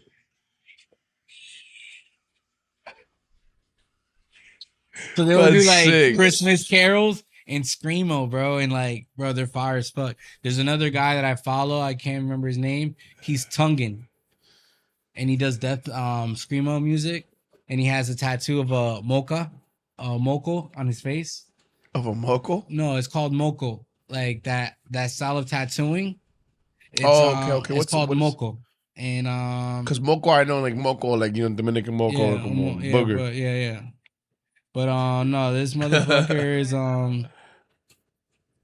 he does death metal. He's Tongan, so he's probably from New Zealand or like some fucking like some Hawaiian country, you know? But back in the days, like it's called moko because the fact is back in the days, guys used to tattoo their face, but they stopped tattooing their face because of the fact that the colonial man will skin the men's face for trophies. Mm-hmm. So the men started not doing it, and the women started doing it. So like women actually have rocked the moko look. Fucking savages, bro. Crazy, but like they got. She was crazy, bro. Yeah. You know, like you think about it. You know, people say like, bro, you know, it's horrible living in these times, but like, bro, you like also, you really rather live back in the day. Yeah. I tell that to people all the time. I was like, yo, we live in rough times. Like, come nigga, on, bro. Me and you shouldn't even be having this conversation. Like, on some real shit, you really rather live back in the day. No. You couldn't even go outside at night, bro. You know what I've been thinking about sometimes? Like, bro, back in the day, medieval century, right? Like, if you just walking through a plain field and I see somebody coming towards me too, like, you can kill them. Exactly. I would have killed niggas all left and right. I would have been like, oh shit, there's a random nigga. And that's exactly my thought. That's like my thought. I said, bro, you never know anybody's intentions. So you bro, right now, I'd rather fucking. I would have been a serial killer in medieval times. I would have been just walking in the woods like, oh shit, random nigga. Killed them. That's how a lot of motherfuckers died back in the day, bro. Like straight up, bro. You know Genghis Khan. You ever read about Genghis Khan? Legend. He's like everyone's 5% Genghis Khan in Asia, bro. And the fact is that he actually helped Earth by depopulating it by a certain percentage. He killed so many people. Yeah, but he killed millions of people, and that's why they built Agenda 21. A what? Agenda 21. What the fuck is that? Agenda 21 was written back in the 70s to like, if we hit a certain carbon footprint, the United Nations decide that we would kill people with random selection between diseases and food and all that stuff. And that's what they're doing right now. I agree with it. But, so yeah, we hit a certain amount of fucking humans. Not that I agree that that's true. That's what I'm saying. I mean, people should die. No, I'm saying, I don't have no sympathy to that. I mean, people should die 100%, and they do die. Yes, 100%. Yeah. You know, like as shitty as it sounds, like I always said, I'd rather be you than me type shit. Like, nigga, it is what it is. Yeah. Like, no, that's another thing. That's fucking crazy. That's outrageous. That is outrageous. Fucking bro. Mormons. That is outrageous. 20, 30, 40. Yeah. Like, bro, there's this lady that said she has like 20 something kids, and I read it on an article on Instagram. She's like, she wants to have 100 kids. And I was like, bro, you're a disgusting, nasty bitch. That's a whole classroom. That's 2 classrooms right there, bro. Like, you literally are responsible for filling up 2 classrooms. At this point, I feel like the bitch has a fetish of like getting her her vagina exploded, nigga. Like, just bitch, having children, yeah. just like fucking blowing up. Like date someone with a bigger dick. You know what I mean? Like, Jesus Christ, bitch. If you want to feel like that all the time, fuck bigger dicks. it's crazy, bro. DP, nigga. Like, please stop having babies. I just can't wait for these 9 months to orgasm. Bro, and you see this shit changing, bro. You see like how you said earlier, it's not even about how separate we are from animals. It's how separate we are from like wild life in general. Like, honestly, my itself. boy was once talking about that shit recently. Is the fact that if we wouldn't like never started wearing shoes and done like some of these home things that we do, we would have mastered climbing trees, bruh. Nigga, we would have been able to walk in 4 feet and stand up, bro. Right? On some real shit monkeys, bro. Like there's people that walk like that taught themselves how to walk like this part of their and like run with all fours, bro, and they fucking move. Like, and there's even like white people that are starting to do all this weird. That's where there's shit. people that have certain abilities, bro. You know what I mean? Like the fact that people think, you know, that we didn't evolutionalize from certain animals. Like we're definitely smarter than our grandparents. Like even the kids now are smarter than us. 100%. But their physical ability is out the door. They're smarter in certain ways. Yeah. I feel like they're smarter at today's survival. Like what it takes to survive today. But that's another thing. If you like, stripped today's society, exactly. Yeah. That does not exist. I feel like I have that for sure. You know what I mean? Like, and you have to develop that shit. You can't just like not go out into the wild. Like you can't not put yourself in these extremities. But another thing is like we see a lot of kids with like different like illnesses and like allergies and deformities and shit like that. Yeah, bro. And it's because like honestly, natural selection is just not happening anymore. Like a lot of these kids are not supposed to be born. You know what I mean? A lot of like these kids are only being saved because like vaccines or like we just like, bro, when I see babies that like have those helmets sometimes, it's like nigga, it's crazy. Should just let it go. It's I'm crazy. sorry, guys. It's crazy. No, like back in the day, like the way the humans, the human life was terminated was the same way that natural selection is. Yeah. Like in the wild, like a baby that can't make it, the mom, what does the mom do? Yeah, she neglects it. Just eat it. Just eat it. I mean, I was thinking about a giraffe. Yeah, if it's an alligator, she'll eat it. Yeah. But if it was one of those animals, like she'll eat it. Yeah. Because she knows like it can't make it out there. No, I know, but honestly, like I look at some like kids nowadays, and I'm like, bro, you shouldn't even be alive right now. Like, nigga, you're a mess. Like, come on, like, fuck. Like, there's kids that have like, it's funny because like this comedian even says like, there's kids that have gluten problems. Like, nigga, bro, you should have just fucking died. That's crazy, bro. Just like, it's the truth. It's like that's not normal. Like, we had so much fucking complications. As like the modern human, it's not even right. Like people with certain allergies, like allergies sometimes just blow my mind too because you can like self-teach and like by cripping, like aiding to these allergies, like, oh, I'm allergic to this, I'm not going to do this. You're making that allergy stronger. Exactly. So it's like... Because you're literally removing any ability to resist whatever it is, you know. Like for me, bro, I never grew up with any like nothing. And that's why another thing I also like talking back to the beginning, bro, like Dominicans. Why we're such a fire race in ways, because well, I'm talking either way, so it's my camera. But but like what I've always thought is like, bro, like our people are very like they can withstand some shit, bro. Yeah, bro. And like I even look at like myself compared to other people sometimes. Nigga, honestly, don't get sick that bad. And I'm not a person that was born in DR, bro. But I've also do test my limits of like health. Like the other day, I was thinking, I was like, I'm definitely a very like hygienic person, but I'm not worried about too much of like cleaning my hands and doing all that stuff because yes, because it's all right, bro. My fiance though, shout out to my fiance Anna. like yo, I learned to really like go deep on washing my hands after I've been with her, because she every time I get home, did you wash your hands? Immediately, as soon as I get to the crib, did you wash your hands? Nigga, when I was an AC tech, there was sometimes I would finish working at someone's AC unit and purposely not wash my hands and eat with my hands, so I can be like, you know what?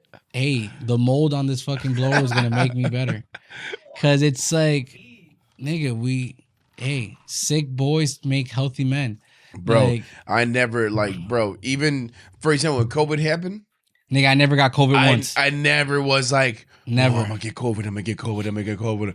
I literally was like, just bro, I was still going to the gym, like up into the day they made it like you can't go to the fucking gym, like, bro. Nigga, my kids got COVID. My mom, my grandma, all of them got COVID. I'm not gonna lie, I got it one time. I never got it, and I got it, bro, because I was talking so much shit about it. I think I remember I was talking to my boy. I was like, literally, like, bro, I'll never get this shit. I ain't never got it. I ain't never gonna get it.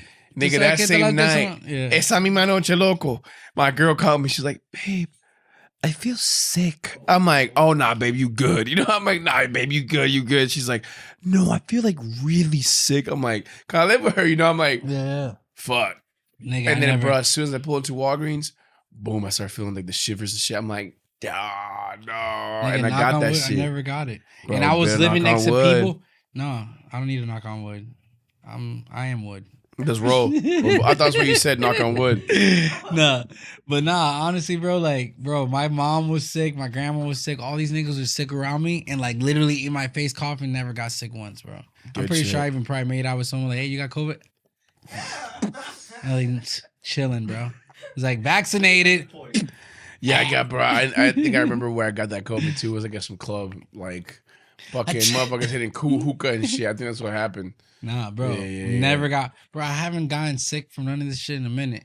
Like, bro, when that shit hit me though, I bet, nigga. Because when I get sick, I be like, I was talking so much shit. I was like, nah, fuck this COVID shit, bro. When that shit, bro, I was really talking shit. Like, bro, you weak as fuck getting this COVID. Nah, I still can do that. It, but yeah, you still can do that. Fuck you. You still do that shit. You suck, bro. This shit hit my back. It was like on some real shit. Like if somebody just pounded your back and then your shit would just aching for days. People were telling me like their whole body ached like a motherfucker, bro. Nigga, I couldn't move, bro. I smoke every day, bro. I couldn't talk at all, bro. At all. Like literally at all. Just vegetative. Just like, all right, bro. I'm gonna just chill right here. Yeah. That shit hit me. That shit was crazy. I know people that went through it 14 days. I know people that lost their taste buds for 6 months. But all day though, I still never get the vax. Oh no, never. Still never get the vax. No. You know, my mother, bro. My mom got it and my grandma. My mom and my dad, you know what I'm saying? And they both hate it now. And my mom had a stroke, and it was because of the vaccine. 100%. It was not because of anything. You heard else. it here first. Yeah, it was 100%. We all say it. And on the record, Miami-Dade Rescue came and we told them, hey, she's having stroke symptoms. And they asked him, did she get the COVID shot? No, and they said, no, she's fine. She don't got to go to the hospital. During that time? She was having a stroke. And they said, no, she's fine. She don't got to go to the hospital. And then I listened to the professionals. And she was actually having a stroke. And so the next day, she was like, I still feel really bad. She went and she was having a stroke the entire time. She could have fucking died. Yeah, bro. Because of the fucking Miami-Dade Rescue. They came and they were like, no, bro, está bien. Literally, I'll never forget. No, chico, está bien. Ella se siente bien. Ella lo que está exagerando. Literally, my mom was exaggerating. And what year was this? Nigga, it was like a year and a half ago. I could sue them right now, bro. I could sue Miami-Dade Rescue right now. You know what I'm saying? It's just crazy. It's just crazy. They literally told my mom. I mean, my homegirl, she used to work. She quit the ambulance shit, bro, because after that shit, she was like, bro, fuck this shit. She became a cop. But it's a bunch of numbers. It is. But honestly, when she was doing that shit, she was like, bro, this shit's so fucking whack. It's like, we're actually kind of slow right now. Like, that shit was all hype, bro. I remember because at that time I was tattooing True Love. And I would go across the street to this place called Whiskey Neat. And I would go have a drink over there and have lunch. And she'll be there posted or fucking quarter deck. There's a quarter deck over there. So she'll be posted at the quarter deck. And I was like, hey, what you doing? He's like, I got out early because this shit's dead as fuck. And I was like, nigga, it's the peak of COVID. So yeah, there's no calls or nothing, bro. Like, there really isn't going on. Like, and I was like, what? It's like, yeah, bro, there really isn't much going on right now. And they were making it such a big hype, nigga. Bro. That shows you, bro, because like I know people that bought the story hard, bro. My fucking hard. That's separate, but that shows you, bro. Like that shows you, bro. Like you read about this shit. Like for example, you read about this shit, right? Like the crazy thing about whole COVID is that shit had a lot of people looking at you crazy if you were like talking out of pocket. That's what I'm saying. And everyone was like, Josh, just loco. That's what I'm saying. Loco. But my grandma from Santiago, she literally told me and my fiance, se van a morir. Póngase la vacuna, se van a morir. And I was like, yo, grandma, like, yo, I ain't gonna die. It's like, because like all my family in DR, because we own a clinic over there. We own a clinic and a pharmacy, and they're all like preaching that shit. I was like, bro, y'all niggas can die for all I fucking care. Bro, like I'm not getting me set up with this bro, shit. nah, bro. But what I was gonna say is, like, we read about in the history books about the nigga, we're from the heights. The Civil War, right? For example, think about the Civil or all these wars. But bro, think about it this way: a real war between people who had one opinion and another opinion is COVID. If it kept going on long enough, right? Let's say they really struck down on COVID and they said, yo, you motherfuckers ain't moving, you can't travel for real long enough. Well, nigga, we would have blown this shit up. Exactly. What do you think motherfuckers like you and me would do? I'm blowing this shit up. Exactly, my nigga. So what do you think that is? That's a war, bro. Nigga, I got this warehouse because of COVID. Exactly. That's what I'm saying. This is my bunker. Bro, and this other shit happens, bro. Like, this is how this shit happens. It happens literally from, like, a rule being set in place for some bullshit. You know what I'm saying? It doesn't, like, people think wars happen because of, like, years of, nah, nigga, they can happen because of a government trying to put their self in a place where they shouldn't be, bro. You know what I mean? I mean, America's the last place to even start some shit like that, bro. Bro, it really is. They almost it really is, it. bro. That's why we have it in our fucking Bill of Rights, bro. Like, we could defend ourselves against the government. Hey, like, Kiko put me onto some crazy show the other day, and it's just niggas that like test their rights everywhere. Oh, so, that's good. Yeah, bro. When you learn that shit, they practice the First Amendment and the Second Amendment. Or some you gotta shit. know that shit, bro. And it's like they start recording the DMV. And we're like, hey, we're allowed to record. He's like, hey, bro, sir, you can't record in here. He's like, yes, I can. And the bitch, I'm about to call the police. He's like, call the police. I'll tell you exactly what the rule is. Do you know the blah, blah, blah, blah, blah? He's like, well, section this and this and this says this is whatever. And he's like, listen, nigga, I told you got to leave. He's like, well, I don't have to leave. Well, I call the police. Okay, I'm going to wait for the police. What's your captain's name, man? You're like, damn. Bro, and they just there to like interrogate. Like, bro, like the other day, bro. It's great. Like last year, dog, I'm in the full suit, bro. In Aventura, I'm in a full suit, just left work. I'm in a full suit, like looking immaculate. And when I say that, I mean professional. I'm looking professional, bro, on my motorcycle. And I'm in the middle lane. And then last minute, I'm like, nah, I'm going to turn right. So I just jump from middle lane to turn right. Yeah. I turn right, boom. And then I turn and I'm going towards Biscayne and I see a cop behind me with the lights on. And I'm thinking the cop is trying to get like past me. Yeah. So I go on the second lane and the cop pulls up next to me and he's like, he gets the car. There was traffic. You're in a car or on your bike? I'm on a bike. Okay. He gets the car out of his car and he's like, turn the fucking bike off. Turn the fucking bike off. And I'm like, what the fuck? Bro, I just left work selling closing deals. You know what I'm saying? Like, last thing I'm thinking, like, so he's turn the fucking bike off. I'm like, oh, what the fuck? I'm like, all right, bro. And he's like, hands behind your back. Hands behind your back. I'm like, bro, what are you talking about? I'm literally like, I can't stop grinning because I'm like confused. I'm like, bro, I'm that type of person. You know what I'm saying? Like, when some crazy shit's happening, I'm like, what are you doing, bro? You know what I'm saying? So hands behind your back. And then he's like, you're going to jail tonight. And I'm yo, that happened to me, bro. Bro, and I start and then I guess I went from laughing to like concerned because I'm like, okay, this dude's having a power trip. And I could tell he's having a power trip. Yeah. And he was just like, you ran for me the other day. You ran for me the other day. And I'm like, officer, I work right here next, bro. The building where I work at is literally, for real, I want to say 50 feet from the police station. I drive. Aventura? Bro, yeah. But those are the worst, bro. But I drive past the police station every day. Aventura is like one of the shittiest. And this nigga told me that I ran from him.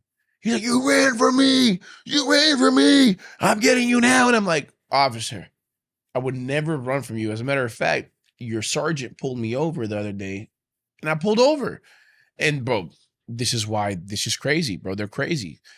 He said, well, you could tell my sergeant that I took you in. I'm like, what the fuck, bro? This guy really. So then I noticed, that this is why you gotta know your law. So I didn't have the law because I don't know that shit. So all I could rely on was, all right, now I just gotta calm down. Because at first I was like, what the fuck are you doing? Yeah. So then they went to like, all right, I gotta calm down. Because he had me in handcuffs in a full bro. I'm in a suit in handcuffs, and it was embarrassing as fuck. And then when he realized that he didn't have anything, he's like, "All right, so here's what's gonna happen. We're gonna let you go here," and he gave me a written arrest. I had to go to fucking like all this shit, bro. I'm like, bro, like. But a lot of those cops really don't know the law, bro. They don't, and that's why you gotta know. That's what I'm saying. Like those videos, like. Well, first of all, you gotta know your law. You gotta study that. Well, shit. first of all, it's keeping it cool, bro. Because a lot of the things they get you hyping, and then bro, that's what happened, bro. At first, I was hyped. I was like, bro, what is happening? Because that happened to me one time, bro. I got arrested right in front of my bar when I had a bar, and the cop tried to be slick as fuck. Thought I was some hood ass nigga, bro. And that's what happens. And then I fucking like, nigga. I was like, don't try me, bro, right now. I was like, you're about to arrest me in front of my business. I got cameras at you right now. Bro. He's like, I pay. Like, I even showed him on my card. You know how you donate money to your city and then you donate money to your county for the police department? I was like, nigga, I pay. Like, my sticker was like, there's different levels of stickers. And I was like in the 500, I would donate $500 a year for the Hollywood Police Department. And I had like a little fucking golden eagle type thing. And I was like, nigga, I donate money 3 years in a row. That's to your crazy, fucking city bro. and shit. And he's like, you're gonna arrest me in front of my place because I ran 3 stop signs. Bro. And I was like, nigga, you're arresting me because I ran 3 stop signs?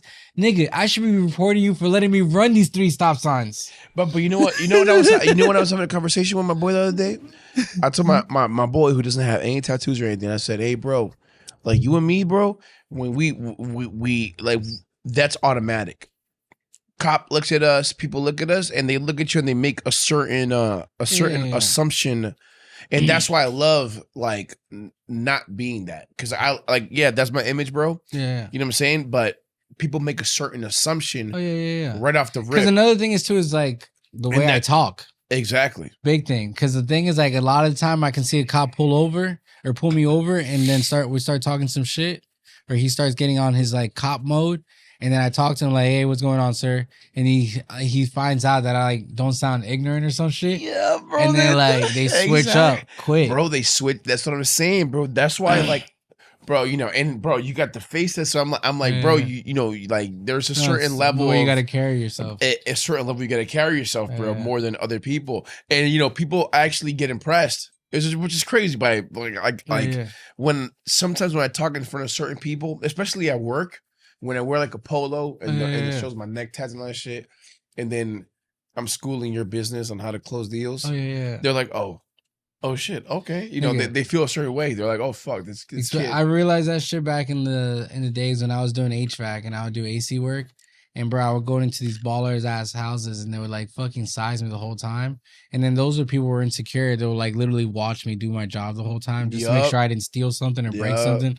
Just to be fucking petty ass. So bullshit, rich, bro. Yeah, stupid rich people shit. And at the end of the fucking whole thing, everyone's like, wow, you're really well-rounded. You're really smart.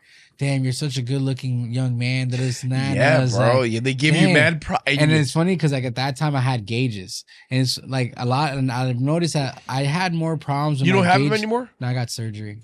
I cut them both off. Wait. Let me see, bro. What? Yeah. So wait, I had holes this big in my ear. No way, they're huge. Like wait, so let me see one. You cut it, bro. You can't even tell anything. You can see this on one of them. You can definitely. But see I mean, it looks scar. like your regular from. Yeah. I mean, I pay $600 each year to get them cut. So you have to like do them over and over. No. It was one time. They literally cut the whole bottom and then bring it looped and then stitched it. Wow, bro. Yeah. What made you decide, like, if you don't mind me asking, what made you decide to take off the gauges? Long story short, fucking my daughter was 2 years old and she used to sleep next to me and she would literally play with them all the time. That I had like that didn't bother me. I had a phobia that I was going to rip my ear. Mm-hmm. Yeah, that's what I'm saying, like, wake up and then my daughter just, ram! And I was like, nigga, no. Because she loved them. She loved my gauges. She would like, my daughter loved like played with my ears all the time. She would like grab them. She just thought it was funny. And she would like, Poppy, put this through it. Put this through it. Like, bro, they were huge, bro. Like, I can fucking. No way, bro. Wow. Fucking put like 20 pencils in my ears and shit. And then you freaking took it. And then you took So I was like, fuck it. I don't want them anymore. And at that time, I was like, you know what? I kind of want to have regular earrings again.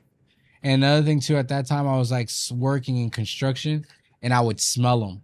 and I didn't like that either. Got it. Okay. Because you work about sweat and all the work. Because that, like, I'm not fucking germophobic, but I hate smelling dirty or some shit. Bro, 100%, like, bro. 100%. Nigga, I would literally go like this and smell my ear. Like, I'll be turning around and just smell that cheese, like. And I would wear things and I would clean them all the time. Because you develop a smell when you have the gauges that big, like in the hole. You're just producing like that cheese all the time. Wow, bro, no way. Yeah. I would wear certain metals that would reduce it. I would wear fucking stones. Because that was my favorite thing. That's why I even got tattoos and all the gauges, because I always saw myself like as an indigenous person, bro. There was a point, I remember I rode my bicycle for 2 years. I had 2 cars and everything, but I just wanted to live off the land. And that was like around that surfing time. But I would ride my bike everywhere I went. I would only eat whatever I caught in the ocean for like 7-8 months. I would eat whatever's in my backyard. So I would eat like papayas, mangoes, avocados, star fruit. I make myself a lot of vegetables, salads, fruit salads. And then I would eat fish every day, the fish that I caught. And that's all I would eat. Nice. And that was literally my life, nigga, for like 2 solid years. I was like super hippie. I remember my mom even hated, like, Josh is such a hippie. Like, she hated that I was so like accepting to be like a simple person. Like, but nigga, I love that shit. Like, I was like, I got these tattoos on here from the caciques, from the Taínos, okay, from our island, from Española. I've done a couple tattoos like that on my brother. He has a whole Taíno tattoo on the bottom. Yeah, I love that shit, bro. No, that but shit, I'm part of our country. No, I love it, bro. Like, you know? It's we fended off America twice. They occupied Dominican Republic one time for about 15 years. That's why that term Mangú came to life. Yeah. The last time they occupied it, back in the days, we used to feed the American army fucking plátano majao, which is fucking Mangú. And then I remember the term came from the Dominican people who asked the army people, was like, man, is it good? Man, are you good? Man, are you good? That the white people will come back, be like, I want Mangú. And then eventually that's where the word Mangú came from. Man good. So smashed plantains is man good. Because that's how simple Dominican people are. You ever heard of Zafacón? You know Zafacón? So Dominican Republic, if you ever been there, we use Zafacón is a fucking hamper. It's like como un trash can, a hamper, something dirty, like a dirty hamper. Or usually is used more for like a trash bin, like a big one that you throw it through a zafacón. The big, you know, when you live in an apartment, the chute. That's usually a zafacón. And the reason why it's called zafacón is because when the Marines occupied Dominican Republic for about almost 20 years, they had a recycling campaign going on. And on the side of the campaign was on the trash can, on the trash trucks, it would say save a can. Save a can. Hey. Like promoting recycling. Zafacón. So they put like trash with zafacón and stuff. I mean, nigga, that's the same way as like beefsteak. Yeah. It's beefsteak. Bro, es como por ejemplo, exactamente. Poloche, loco. Which is polo shirt. Polo shirt, bro. Polo shirt. Polo shirt, exactly. Viva Peru. Vicks Vapor Rub. Yeah. Polo shirt. Loco, nadie sabe lo con poloche. Yeah. Cada vez que yo hablo con la familia, well, that's only Dominican calls that. It's only Dominicano, loco. It's funny because like when you talk to other Spanish people, do you talk? What kind of Spanish do you speak? Loco, es que la cosa es que, bro. I hate when people's like, you don't speak Dominican. It's like, nigga, because if I spoke Dominican, you wouldn't understand. Pero tú no me entendieras, loco. So, cuando yo te hablo, por ejemplo, cuando hablo con mexicano, me encanta porque con el mexicano parece que el acento se me pega y hablo como con un mexicano. Yeah. Pero con un colombiano alguna vez tengo que hablar un poquito más profesional, un poquito más despacito para asegurarme que me entiendan. Y que, tú sabes, porque algunas veces si hablo como yo quiero hablar, no me van a entender, tú sabes. You know, so it depends, bro. It really depends. That's another thing as a Dominican, like, you literally learn how to speak all these languages because, like, my dad was big on that shit. He's like, bro, that's our country's like native tongue. It's like speaking patois. Jamaicans love speaking patois, but nigga, they're not talking patois to someone from London. Exactly, bro. They're not. Exactly. They just talk proper English, like their English. So it's like my whole life. Everyone's like, oh, you never talk like you're Dominican. Like, oh, you kind of talk Venezuelan. You kind of talk fucking Colombian. Bro, Venezuelan, like, Colombian, all that, it's like, bro. no, nigga, I'm speaking whatever you can understand. You know what's crazy? When you go to DR, like, nigga, I love it, though. You'll have some people from DR be like, loco, pero tú como que no suena dominicano, no? You know, but then you'll have some people that be like, when you don't say it, they'll be like, loco, pero tú suenas dominicano, loco. Tú eres dominicano. You know what I'm saying? Like, oh, no, the funny thing is, like, they're quick to be like, oh, you don't sound or look Dominican, some shit. But then when they find out you are, they're fucking hype. Like, oh, because I'm not going to lie. It's funny because the other day I was at an event and I met some Dominican nigga. And the whole time he kept trying to make me talk to him like Dominican. And I was like, yeah, like, I get it, nigga. Yeah, we're Dominican. Like, honestly, I love being Dominican, but I don't like being that stereotype shit off the rip. You know? It's like, yeah. Que lo que. Yeah, like, and that nigga kept trying to get me, like, yo, que lo que, tigre, que la vaina, da, da, da, da. And I was like, yeah, you know, yeah, that's cool, bro. And then he was like, still hating me with that, like, Dominican Spanish. And I was like, you know, like, at the end, so like, sí, tranquilo, tú sabes, de la misma vaina and shit. Just so that nigga can shut the fuck up, nigga. That's what you want to hear? Yes, nigga, I can sound like you dumbass. Nah, you know when you caught me earlier, bro? You caught me when I was cracking up when this nigga said, when you said earlier, you were like, tú sabes lo que yo estaba pensando. Bro, I hate that. I hate that shit. My grandma does it. My mom does it all the time. Nigga, it's like, bro, all my niggas. And it's always like the most casual shit, though, because like you be chilling here watching TV, just chilling, bro. And it's like, tú sabes lo que yo estaba pensando. Tú sabes lo que yo estaba pensando. There's like that whole pause and that grin, like, nigga. They all, it's like how there's like. Yeah, bro, yep. Mami, ¿dónde que está Remo? Muchacho ahí. And she's like, bro, where the fuck is ahí, bro? But no, I hate it, bro. Being Dominican is rough, bro, because everyone's like, yo, like, you don't sound like him. You don't do what Did your they parents know English or not know English growing up? No, my mom barely knows English, and she's bro, been here since she was 12. Did you read her papers, like her government papers, like when they got to... The thing is, like, my mom went to college, bro, but that lady still has an accent, and it's like, she still comes... My mom would be like, mijo, ¿y qué es lo que dice este papel? And I'd be like fucking 12 reading a government documentation. Mami, que de verdad que yo no entiendo lo que dice. Este muchacho sí es bruto, coño. Yeah. But no, my mom, low-key, she knows how to read, bro, and write all that shit. Like, she's always been good at that shit. Like, she's definitely... She doesn't have a lot of common sense, but she's definitely book smart. Yeah, book smart. Yeah. It's crazy. My mom is like an angel. She's like the nicest person I've ever met. Not because she's my mom, but for real, because she's a nice ass person. She's from El Campo. And that's hard, bro, because Dominican women are tough. Bro, she's from El Campo. El Campo women are fucking way chill. You know what I'm saying? City women are fucking brutal. Yeah, very, very. It's almost like a softer New York woman. Like a Dominican woman, you know what I'm saying? Like, but Dominican woman will take care of you though. Yeah. Like, definitely, for sure. You know what I mean? But no, man, my mom's fucking rough, bro. Like, there was no like animosity. Like, everything was like heavy, bro. Like, and I was her only son, so it's like, yeah, bro. It was a lot of pressure, a lot of fucking. Yeah, I was the only son here in America too. I have brothers in Dominican Republic and in Switzerland, but yeah. Like, between both of my parents, I'm the only son. They had kids from different relationships, you know? Nah, so, yeah, it's different. It's different, bro, you know? And you know what's crazy? When I talk to a lot of Dominicans, you grow up with a lot of the same things, you know what I'm saying? Oh, same exact shit, bro. Same exact shit, bro. Even if they stayed in Boston, even if they stayed in New York. The only thing that I don't like about our culture is only, like, honestly, the women que son paquetera, bro. They fucking talk a lot of shit all day. Like, yeah, que hablan mucho. Yeah. All fucking day. Simple woman shit, like, hablando mierda. And all they do is, like... que Patricia estaba haciendo esto el otro día. ¿Tú no sabías eso? Yeah, and, like, a whole lot of family gossip shit. God. And it's like, nigga, I don't care. Yo no quiero que tú seas como tu primo esto. Tú no sabes de tu primo. Que ustedes dos juntos. Usted está pendejo. Exactly. No, nigga. Yeah, bro. Dije, meter los dos en el mismo cuarto. Tú estás loco, Oh, my God. No, esta vaina se daña. It's like, bro, get the fuck out of here. No, y ese muchacho no tiene una novia. Yo a su edad yo tenía 3 mujeres embarazadas ya. I'm like, bro, what ustedes son demonios, un demonio son ustedes.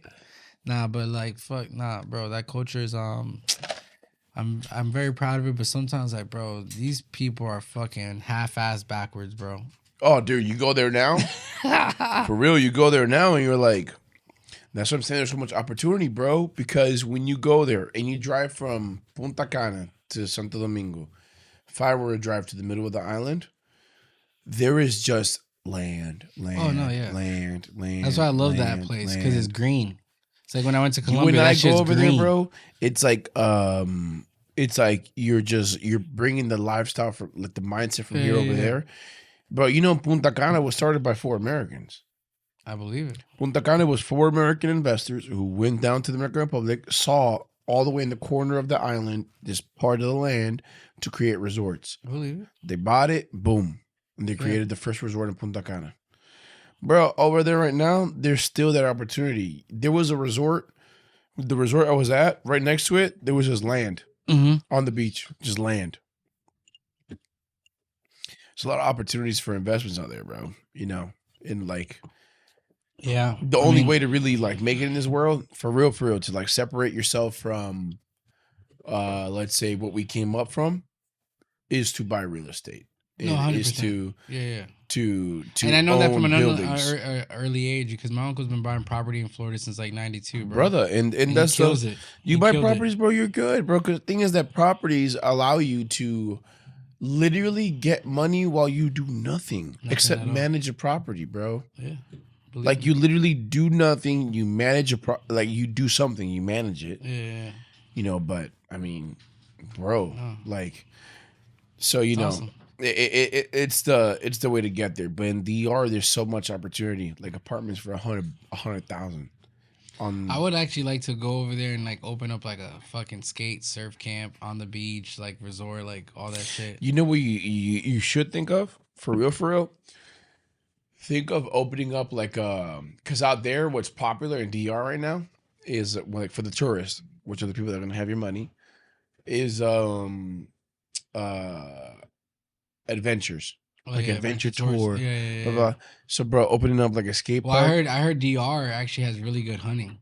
Bro, DR, like they have like deers and shit. Bro, if you go through the mountains in DR, it is the wildlife is beautiful. Yeah, I've never gotten too deep in because my cousins are bougie, bro. Like I told you, one of my cousins is like a big movie star and shit. Well, and that's the thing about Dominicans out there, bro. You know, when you're bougie out there, I want to say it this way: when you're bougie out there, you're more bougie than somebody who's bougie here.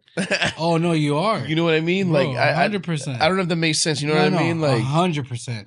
Because you see these bougie ass bitches over here, and they fucking like, especially in Florida, some of these girls get down. Like I've seen this girl that's like a big model, but she drops bucks like nothing, nigga. Bro, chilling, boy. And she'll carry a buck by herself, skinning and everything. Boom, like, what bro. the fuck? You know what I'm saying? Go out fishing. Yeah. You go take them out to camping. Like, yeah. It was like, my cousins would never fathom that shit. Never. Nigga. You know what I'm saying? So that's what I mean. Like, I sometimes feel like more the bougie out there is more bougie than here. Nah, bro. And it's because like la gente, they fucking watch it on TV, so piensa que es like el motivo, no, and you know, and it's like, nah, that's not really how it works, bro. Like, you're bougie because the way you like the money you have, the conditions you live. Like being stuck up and naive is not bougie, bitch. It's not like, bougie. It's that's your personal choice, bro. You know what I'm saying? Like, but shit, bro. Besides all this, I feel like we can keep going all day. We literally buy the same fucking shit, bro. Wow, holy shit, damn. No, I know, but where can people continue to like keep following your music? What you got planned for next year? Because again, like we said, this is episode 41, the first episode of the year. Yes, sir. Yes, sir. Yes, sir. So what it is? Tell so what shit. it is. I mean, look, my name is Southernmost without the E. So SOUTHRNMOST. Okay. Now you can find me on Instagram under Call Me Somo. Like if you're calling me, CALLME Somo, SOMO. Follow me and Call Me Somo, and I'm dropping a movie in the next year and a half called Southernmost about a young man who's on a football team, but is really a passionate musician. You know, the hard tribulations that he faces going between the passion that his parents have for football and the passion he has for music. So check it out. I got some shit on Apple Music under Southernmost. Thank you so much for hosting me here, brother. It's been a fantastic time. Dope. I mean, dude. I don't think I've ever had a Dominican here. Did we? No. Bro, let's roll, man. Let's roll, bro. Dominicans Hey. are taking over, man. Yeah, I'm Dominicans glad you're are taking over. you know, I'm glad that you're one of the fellow like ambassadors of like expansion. Of Yes, the sir. human expansion, you know, like not fitting a stereotype, not just be like, oh, Dominican, you're a fire ass baseball player. If anything, Yeah. I stayed away from it. Yeah, Like, I'm good at it, but I stayed away. Shout out to my nephew though, Brian Castillo. He's about to get signed by the MLB, playing for the Puerto Rican Eagle for las Águilas son Dominicano. Yeah. He's playing for the Puerto Ricans right now, but he's about to get signed in the MLB. He's been playing with, yeah, he's been right now. He's playing with Puerto Rico, and he's been with Colorado Rockies for like the last 4 or 5 years. You know what I'm saying? So he's about to get signed. But like you said, bro, like there's no need to be a stereotype. No. I love being the Dominican that's not el típico dominicano, bro. No, bro. Pero también soy el típico dominicano. Because, bro, you got to keep that pride. Exactly. And that culture's fire. Bro, I love it. You know, I love the culture. I love being Dominican, but I also love not being the stereotypical Dominican, bro. Yeah. You know what I'm saying? I don't be talking like que lo que, nigga. You know what I'm saying? And just enjoying life, bro. And like learning new shit. Like, you know, using something else than just adobo. You know, like exactly, bro. You know what I mean? Like finer things in life, rougher things in life, which really matter. You know what I'm saying? But nah, the culture definitely can't let it die, bro. Because out of a lot of Spanish countries, we have a very strong backbone, bro. We got to stand on that and like, but definitely growth, bro. Change it up, live more. Aprender, bro. Aprender lo que uno pueda. You know what I mean? Expand. But nah, definitely a pleasure, bro. Definitely a pleasure. Glad you came out. It's a great way to fucking start the year. Let's roll. You know, keep it pushing, guys. Expand your fucking horizons. Don't be stuck to like whatever like life tries to tell you to do. Yep. Like try different things, bro. Because besides like, you know, paying your bills and doing what you got to do is like the whole point of life is like not knowing what's gonna happen the next day. That's what makes life interesting, bro. Yep. Like having something to look forward to. It's almost like, you know what makes life to me, you know, it's like not knowing what's coming, but preparing for anything. Yeah. That's fun. It is. Like preparing for like a challenge. Like, oh shit, this could happen. Like, that's fun, bro. You know what I'm saying? So like be prepared. Stay ready so you don't gotta get ready, bro. Get your shit strapped up. Come on, man. It's a new world, it's a new time.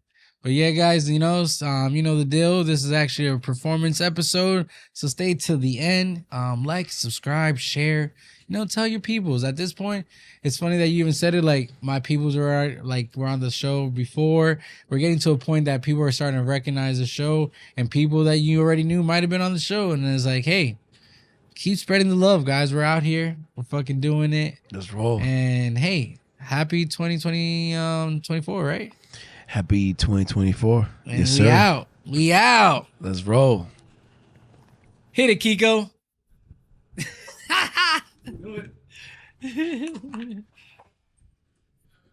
Fuck yeah.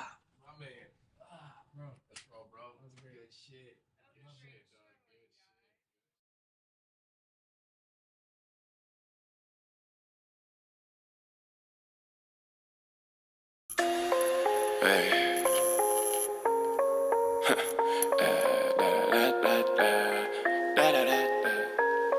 Mira. No usa